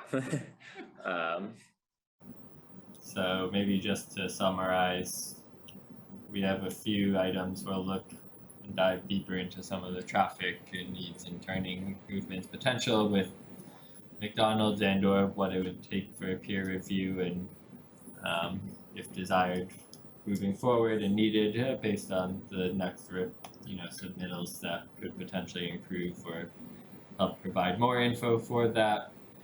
We will be looking at landscape improvement possibilities, if any, along the front, the maintenance on them. We'll be looking for the fence detail and spec to be submitted. We'll look along the northern property line of this site and see if whose fence, and if they're, I can't recall based on the budding site application if that was to be improved or not on their end. So we'll take a look at that. We'll look at accident data, if any, and what we have for that to provide, and we will report back out with hopefully McDonald's real estate team or others, and any others involved through the applicant team, and have that conversation and see what happens from there. I'm not going to take any guesses. So. Yeah. Right, and then I think the loading zone, the loading information, and sort of how that operates. Got it. Yes, I have that. I don't know why I skipped it. All right. And Andrew, can I throw in the signage application? McDonald's kept saying that they have an approved master signage plan, and I'm going, your code book doesn't apply, people. Yeah, I was looking at that application checkbox as well. Yes, we can we can more thoroughly go through this. Again, and get them some more comments on that.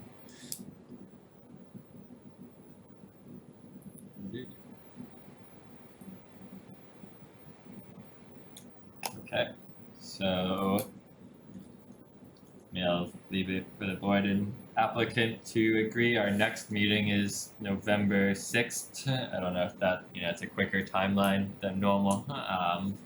But we can place it there. If we're not ready, we can continue from there, or you can jump to December now, or. I think we'd request to continue to that November for now, and if we need to push it based on discussions, we can do that. Okay, as long as Just so the due date for resubmittals would be like next Thursday. Gotcha. It's very quick. This Alright, meeting's a then little yes. late and the next meeting's a little early, so. Gotcha. Do you think it's worth having it for any like discussions or?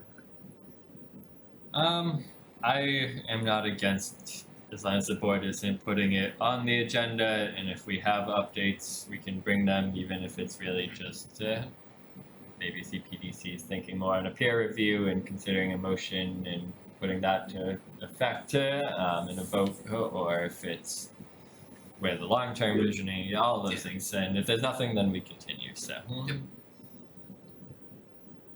I think that makes sense.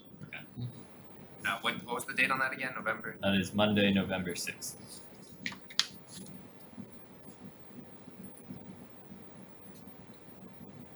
Mr. Chairman, are you entertaining a motion at this point? I am. Do you have one? I have one. Motion to move, the site plan review for 413 Main Street, McDonald's, era Bowler Engineering to Monday, November 6th. A second. All right.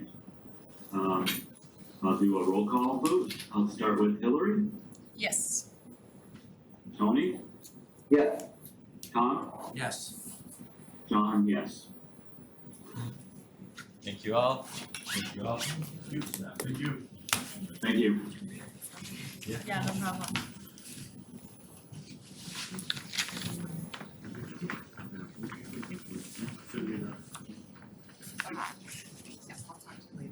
Thank you, everyone. Appreciate it. Thank you guys. We'll be in touch. Yeah, we'll follow. I hope.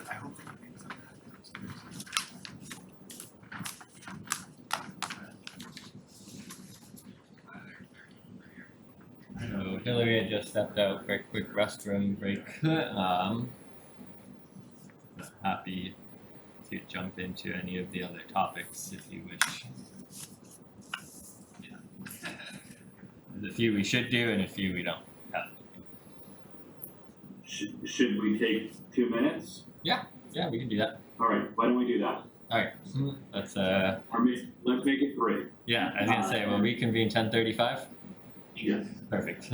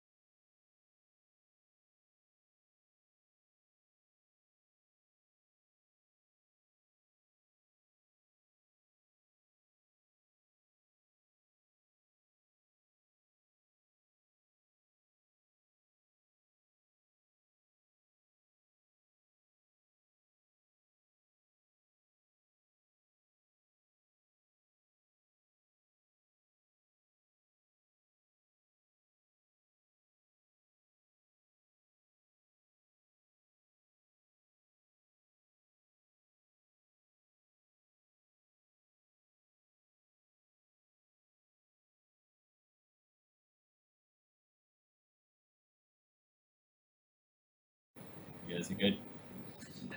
Better. So our first topic that we were gonna take under other business was endorsement of plans for Grandview Road subdivision. So you might recall in late summer, you guys had approved what was the major modification to the Grandview, which was based around drainage design and grading of the right of way and a few other elements. The applicant and their plan sets have met the conditions and they've been working with RMLD. They've demonstrated full site control, so a few of the conditions applied, some related to lot 2 were not really withstanding anymore, like utility transformer on lot 2. So it's all good to move forward. And so we had received the Mylar plans, we have looked them over, they meet all the conditions, and we planned it on the agenda for you guys for both discussion and a potential vote and motion to endorse these plans and then sign them. But I'm happy to take any questions, if you do have any. Now the question is, when is the shed being torn down? Conditioned as well, so that, the process is to endorse the plans, which notes that removal of the shed, and from there we look to schedule the construction needs and discussion with the applicant, which will likely include all of those elements that we'll remind them of, make sure they're aware, make sure they're on top of these things, as well as any other site impediments like erosion control install and maintenance and all of these other elements that go into the pre-construction meeting. So we would look to do that. Simultaneously, they could be looking to do the surety and bonding, and which would have to come back to CPDC, or they can be looking for house lot developments. So we're trying to best understand what their schedule looks like for those, but it all starts, I guess, based on the endorsement of the plan set. But when the shed will be torn down is during construction. So is there something we specifically have to vote on, or do we need to sign? You have to motion to endorse the plan set for the Grandview Road subdivision application, and then you do need to sign it. And have 2 members here sign tonight, and ideally Tony or John, I can get you guys to sign it during any day that you're free to swing by town hall, or I can bring it wherever, and we can wrap that up for them. So, We motion for the CPDC to accept the endorsement of the plans for Grandview Road subdivision. seconded. All right, any further discussion? No? All right, roll call vote, Hillary, Yes. Tony, Yes. Tom, Yes. John, yes. Great, thank you guys. Tom and Hillary, there are plan sets in the back and Mylar signatures. Feel free at your leisure if you can sign them tonight. Otherwise, we can schedule a date. Each page? Each page. 2 cents. 2 cents. Yep. And you, John, I don't know if you're in town or not. If not, I can pop in tomorrow and sign them at some point. is there an Yeah, I could do it appropriate on pen? Wednesday. Okay. If you don't get to it. Okay, sounds like a plan. Great. Thank you guys. We don't have to spend too much time on this next item, which is the 2024 schedule discussion. I think it was in the drive. Substantially similar. We've kept it to the second Mondays of the month, outside of any potential holidays or other that may conflict with it. I don't recall actually any off the top of my head, but if there are any immediate dates that strike a concern, just let me know. But to the best you can, if you can plug them in for the upcoming year, that'd be great. But as always, we'll be reminding you guys of these meeting dates. And the time is 7:30. The time is 7:30. Unless we like to change it. I showed up at 7 today.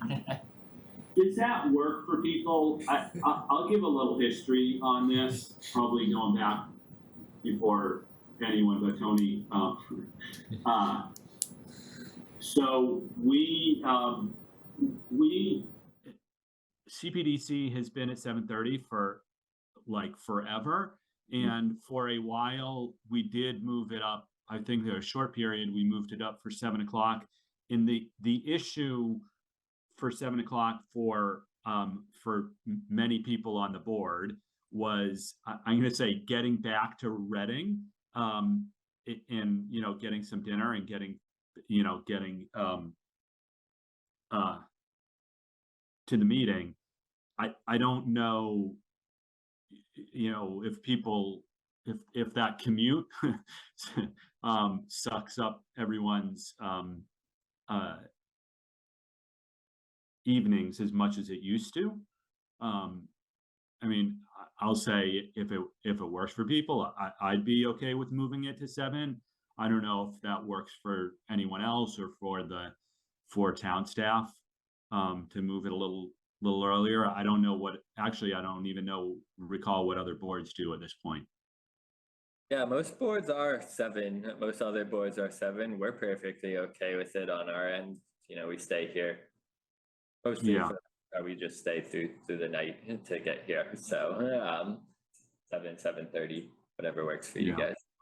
Yeah, I'll just say again, right, there's a number of us that just, you know, tried to slog back from Boston, and we found that we were, you know, screeching in at 7 o'clock if it was then. But those others aren't on the board, and I'm not in Boston, and I don't know what everyone else is.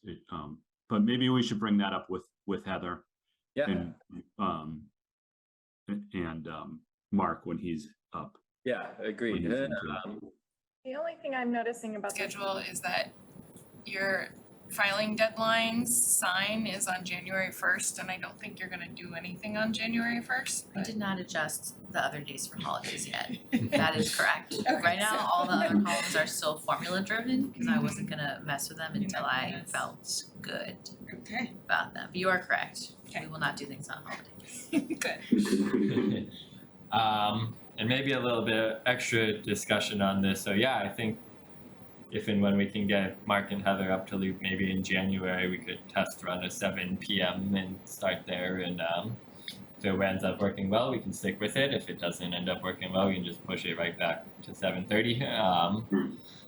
But we'll likely have to follow up with you guys for some potential other scheduling meetings. So there's 2 things that come to mind, and one is in the near term finding a date to hold the executive session for the 459 Main Street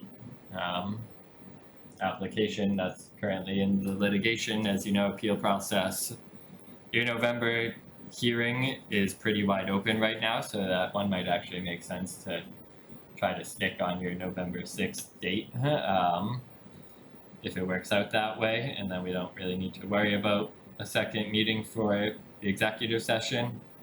Based on your past comments, we might wish if it gets there to the public hearing, we might find a second date for a standalone meeting to discuss that application both with you all and the public alike under notice. So just keep that in mind. We'll follow up by email for that. The second item that comes to mind is in early New Year is trying to find dates for public hearing for zoning amendments, which in this case is going to revolve around the MBTA community zoning that we'll be looking to propose, which we'll do an update in just a minute here.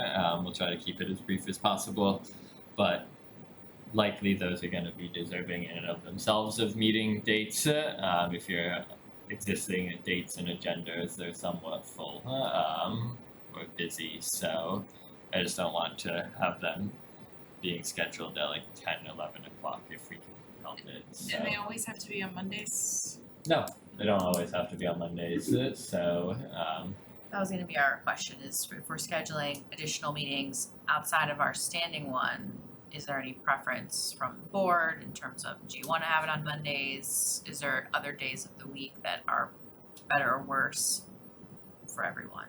You can think about that and let us know. But we will need additional dates in January, February, so.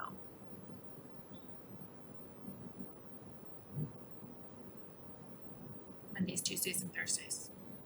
I can make that something in there work. So as we get closer, we'll follow up with more specific dates, and ideally we get you all there if it's a majority, and you know, we are going, you know, Mullen rules here and there if we can make it work, but ideally we try to get you all there for zoning amendments just because they're important. So I guess with that, we can move along to MBTA Communities update. So I think I'll start, maybe I think we'll start and we'll follow up with. Andrew, do we need to approve the schedule? No, nope. Okay. I didn't get to go to the last one, but your presentation on the first one was really good. I sent it. It's like, this is amazing. So yeah, and you can sign on. I was just gonna say. I'll second that as well, so it's good. Thank you guys. Yeah, the feedback we've gotten so far for the first two events has been overwhelmingly positive, which has been really great. I think people found the first one to just be really informative. There was a lot of content I think that even people who've lived in Reading for a long time weren't necessarily aware of. And then our second workshop that we just had last week, we had a great turnout again, about 40 people. And we worked through in an interactive, kind of like a game, I guess, where we had different lot sizes and people played around with setbacks and parking and lot coverage, and we had discussions around all those dimensional controls and how people were feeling with them.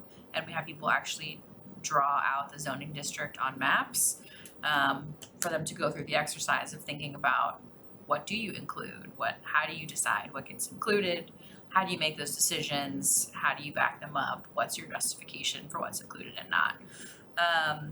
People who attended that one also overwhelmingly positive, lots of great feedback. We got lots of great feedback as staff that we're going to be moving forward and incorporating into what we're working on now, which is putting together our preliminary map and putting together our actual dimensional controls and scenarios, which will be released at our next meeting in the series on November 8th.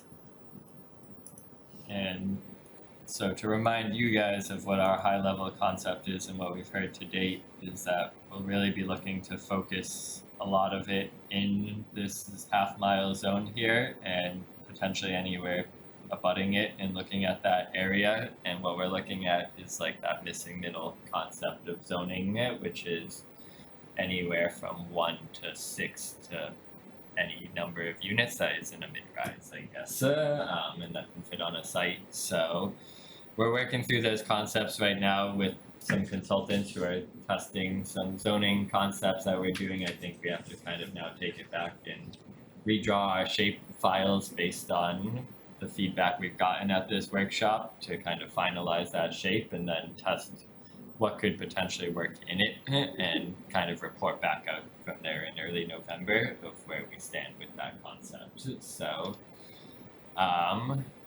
after November, we're getting pretty close. You know, we're gonna try to schedule a December update as well because we'll likely get a lot of feedback at that November one, and any adjustments there that we have to make prior to the public hearings we'll want to share in December as best we can. Our questions, two major questions that we have for you guys as we really start now getting into the nitty-gritty of zoning language is I want to pose the question of if you feel that 3 and 4 unit structures should require site plan review. My assumption is that anything above that count most certainly would require a site plan review and you would want to see. But if it's 3 or 4 units, do you wish to see them before you? And you don't need a clear answer right now, but I'm just running through some bylaw areas and that one struck me as a potential question. The only question I've got is if it's as of right. It would be. Well, which it is, yeah. Mm-hmm. What can we do during a site plan review? You'd be looking at the parking, the landscaping, the screening, you know, Maybe that's the answer. what would we be looking at? Yeah, similar to what you look at now, just on a lesser scale, right? Because the lots are smaller, they're more constrained. 3 or 4 units, you kind of know what you're expecting based on parking ratios. It's more just about how it fits on the site and if it works to the best extent possible. And you all have a lot of expertise in design and parking and maneuvering it, and so I'm happy to bring them to you. But at the same time, right, like part of the goal of this is making housing easier and faster, and so 3 or 4 units, which are somewhat limited and kind of, I guess, becoming more standard, I should say, or maybe would become more standard, like if there's not a lot of potential mitigation that needs to be done at the board level and that staff can handle it internally, we would do so. But I know that it's always, how do you know, right? And do we review them now? You would review all multifamily, which is 3 units. Yep, we just haven't gotten.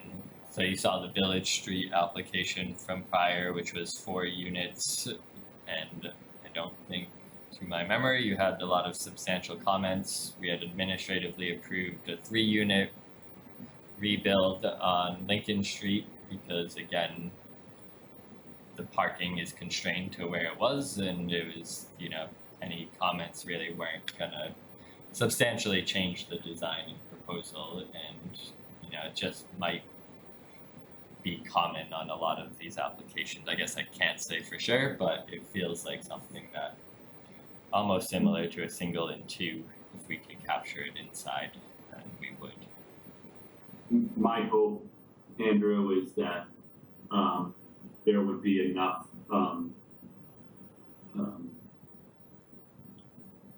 meat, I'll say, right, in any sort of requirements for that, and the wiggle room that we could offer, that we would play in if we were to do a site plan review would be so limited that it would, you know, probably not be worth their time or our time. That would be my hope, right? Is that once you get down to it, we wouldn't provide a lot of value, nor in just gum things up. I agree, that's the hope. It feels like it's a thing where you kind of maybe start at site plan review and see how they go, but then it's a harder thing to kind of take away, I guess, like site plan review for 3 or 4 if we had to, so I just want to start with the Well, yeah, right, I mean, this board used to see everything. It's a lot, and we sort of pushed a lot of that out because we weren't, right, there's only so many meetings that you go to say, like, why are we spending time on this? Why are you coming here and what do we have to say? You know, you can only do that so many times before you change things up, if that's the way it is. Well, So Andrew, quick question. The minimum is 15 units per acre. Right. Is the plan currently, and it doesn't have to be official, to allow for higher?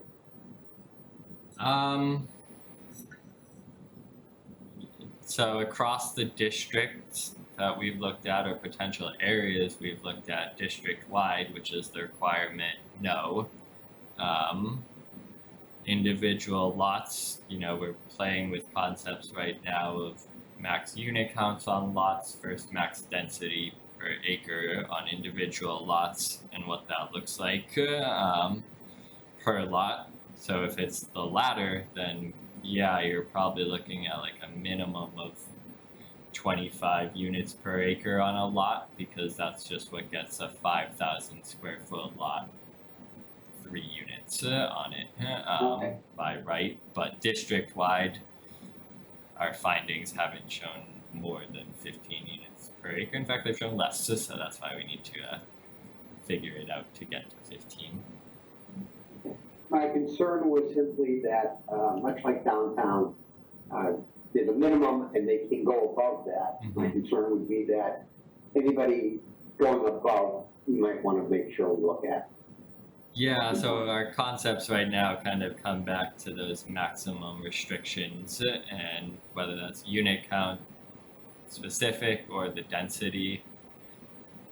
We'll get to that in November with you guys. You know, each has its pros and cons and its strengths and weaknesses. Density might allow more flexibility of a design of a site, of more units, versus, you know, max unit count really kind of substantially limits what's our larger lots in the tool and trying to get them to achieve their maximum efficiency for compliance.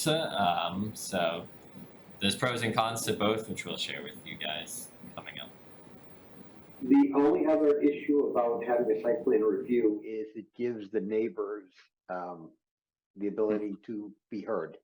Yes. Yep. Which is valuable. Yeah, that's the primary argument for keeping it. Yeah. Honestly. Yeah, yeah. And this is new, right? For this time, so. Right. It's important for people to be heard, but it's also frustrating if they're heard and nothing changes. That's what I was gonna say. If they meet the zoning and elements, then you have limited control and they just have to be cognizant that there's no denial, I guess, or like over conditions for the proposal, whether they agree with more units or not. I assume that the plan is to allow for a little bit of leeway. If the setback is 15 feet and they come to us and say, I can do it in 14, then those types we need to see. But if they can meet all of the criteria, then they probably don't need to come before us.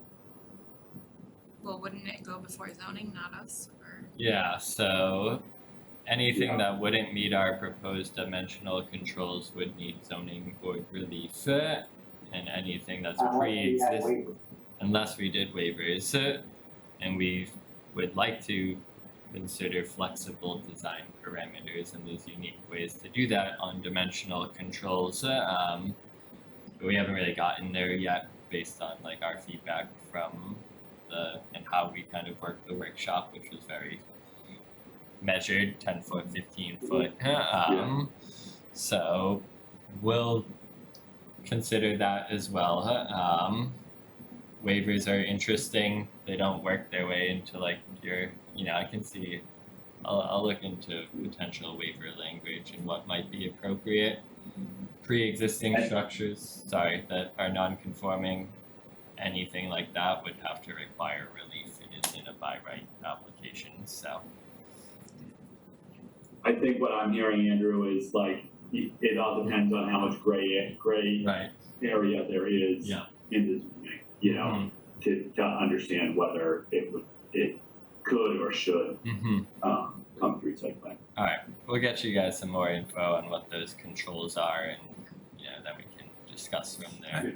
I mean, one of the things I could see is if you want to break it off, you can do a pilot for a period of time and then go to it. So you start off with a pilot of taking a look at it, and then 6 months later, you decide where to go. The other thing I'd like to be able to see or have in the zoning, some styles that where people could think of, I've said this in a way before, but for example, I can envision, for example, a 3-unit. 1 unit over the garage, unit in the basement, and a main unit in the house. But I think I'd kind of like to see some styles that we think are suitable to Reading to in it to say, you know, this is the type of style you could use if you're thinking of a triplex, or this is a style you could think of if you're looking at. That gets back to like a form-based code element, which again I kind of love. But so we did receive a grant, and we're gonna work with Innis Design, and part of that funding that we're gonna look to do is see if there's some sort of pattern design book that we can come up with for variable lot sizes, like on a 5,000 square foot lot, what might multifamily look like, on 8,000, what might it look like on 12, 15, whatever those variable numbers may be. I'm only cognizant of it because I guess from the planning perspective, it's hesitant to put in what can be opinionated terms of fitting in with character.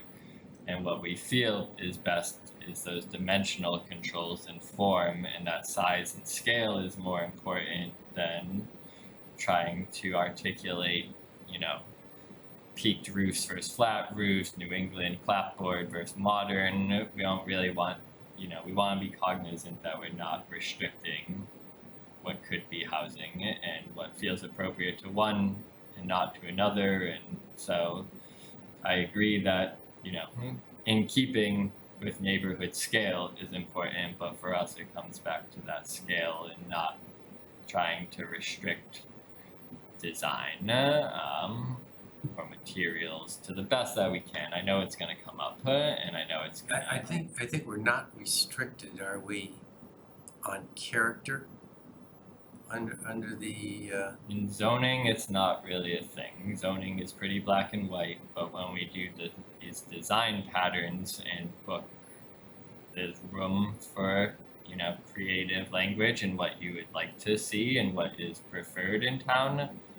I just, you know, again, when you have opinionated terms of like fitting in with the neighborhood or desirable, it's an element that goes back and forth that ends up sometimes being more detrimental than good, and so we just want to be cognizant of it. I'm not saying we can't ever do it or say it, but we just want to make sure it's in the right place. Yeah, and also just add on that we're viewing this as probably changing the base zoning, the underlying zoning, and at this time there aren't design guidelines for any of the base districts, which is why we would, I think, prefer to release it as like its own little guidelines booklet. And not necessarily a zoning requirement. and you're still not thinking of drop down? What do you mean drop down? Well, just landing one of these zones in an area. Like an overlay. Overlay, yeah, sorry. At this point, it's leaning towards underlying requirements. You know, I'm trying to play with the bylaw because an overlay bylaw, right, has the benefit of like you can put all of its requirements in one section and it's very thorough and you don't have to jump around from section 4 to section 6 to section 9 to wherever, you know, that you do in a lot of underlying zoning. So ideally it's underlying zoning. I'm just trying to make it to see how it's best readable and what format works, but we're working through that. Now, are you planning, let's assume, I agree with you in the meetings that I've attended. People seem to be pretty interested in covering the entire circle. But are you thinking of technically many zones within that circle in order to get the 15 So we had been asked acre requirement, you know, wedging in sometimes because some areas will take heavier density and others won't. Yeah, we had been asked to see if we could look at, you know, sub-districts of one district maybe closer to downtown being denser versus further out not being as dense or allowing as dense requirements. I think the way we see it, the natural boundaries make it pretty hard to do that at a preliminary look. It's hard to find what is a potential denser area than other.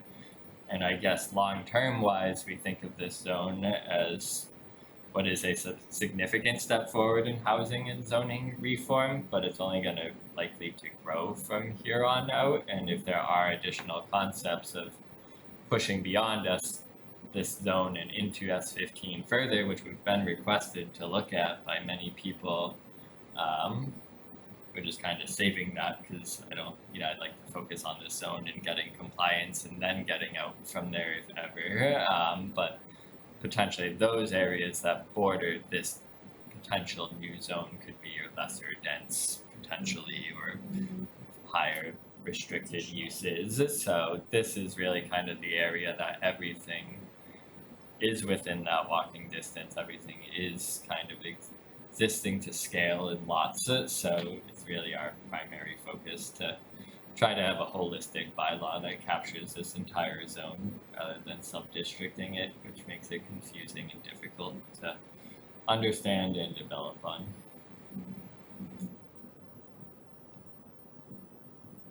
Second question. What was the second question? No, I think I Second question was about business zoning. Second, so we've heard a lot. I guess people are curious why we aren't exploring business zones more. And so our opinion to date has been, well, under this missing middle housing specifically, the commercial zones don't make much sense to look at for that type of use. And then it's asked, well, why can't we really consider mixed use or other uses in these zones? And the answer is, to date, so far it's been we can and we should. The difficult part of that is, one, now you're having a second bylaw proposed to town meeting and understanding thing. Two, under MBTA communities, they severely restrict what mixed use can do for your unit capacity in zoning compliance. You're maxed out at like 25% of your unit capacity.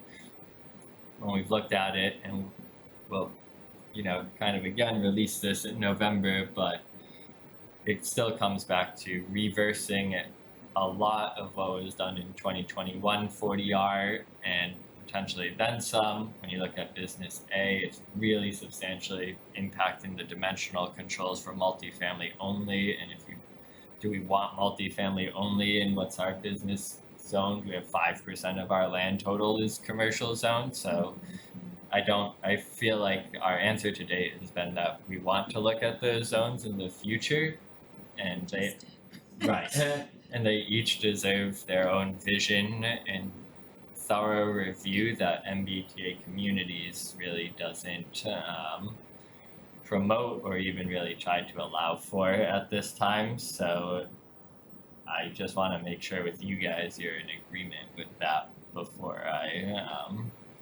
It makes sense to me after being in that, we just did it. Mm-hmm.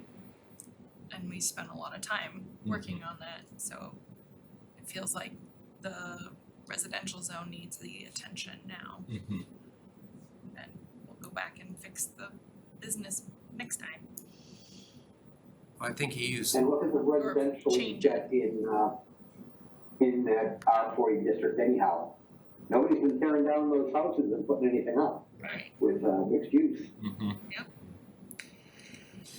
Now, so the concept right now is to have one district, and we're going to average out at 15 units per acre. Mm-hmm. So that technically means that anywhere in that massive district, there could be this 7-story. Nope. So I'll push back on the term massive. We're looking at 200, inside that half mile is 200 to 300 acres of S15 that we're considering for rezoning.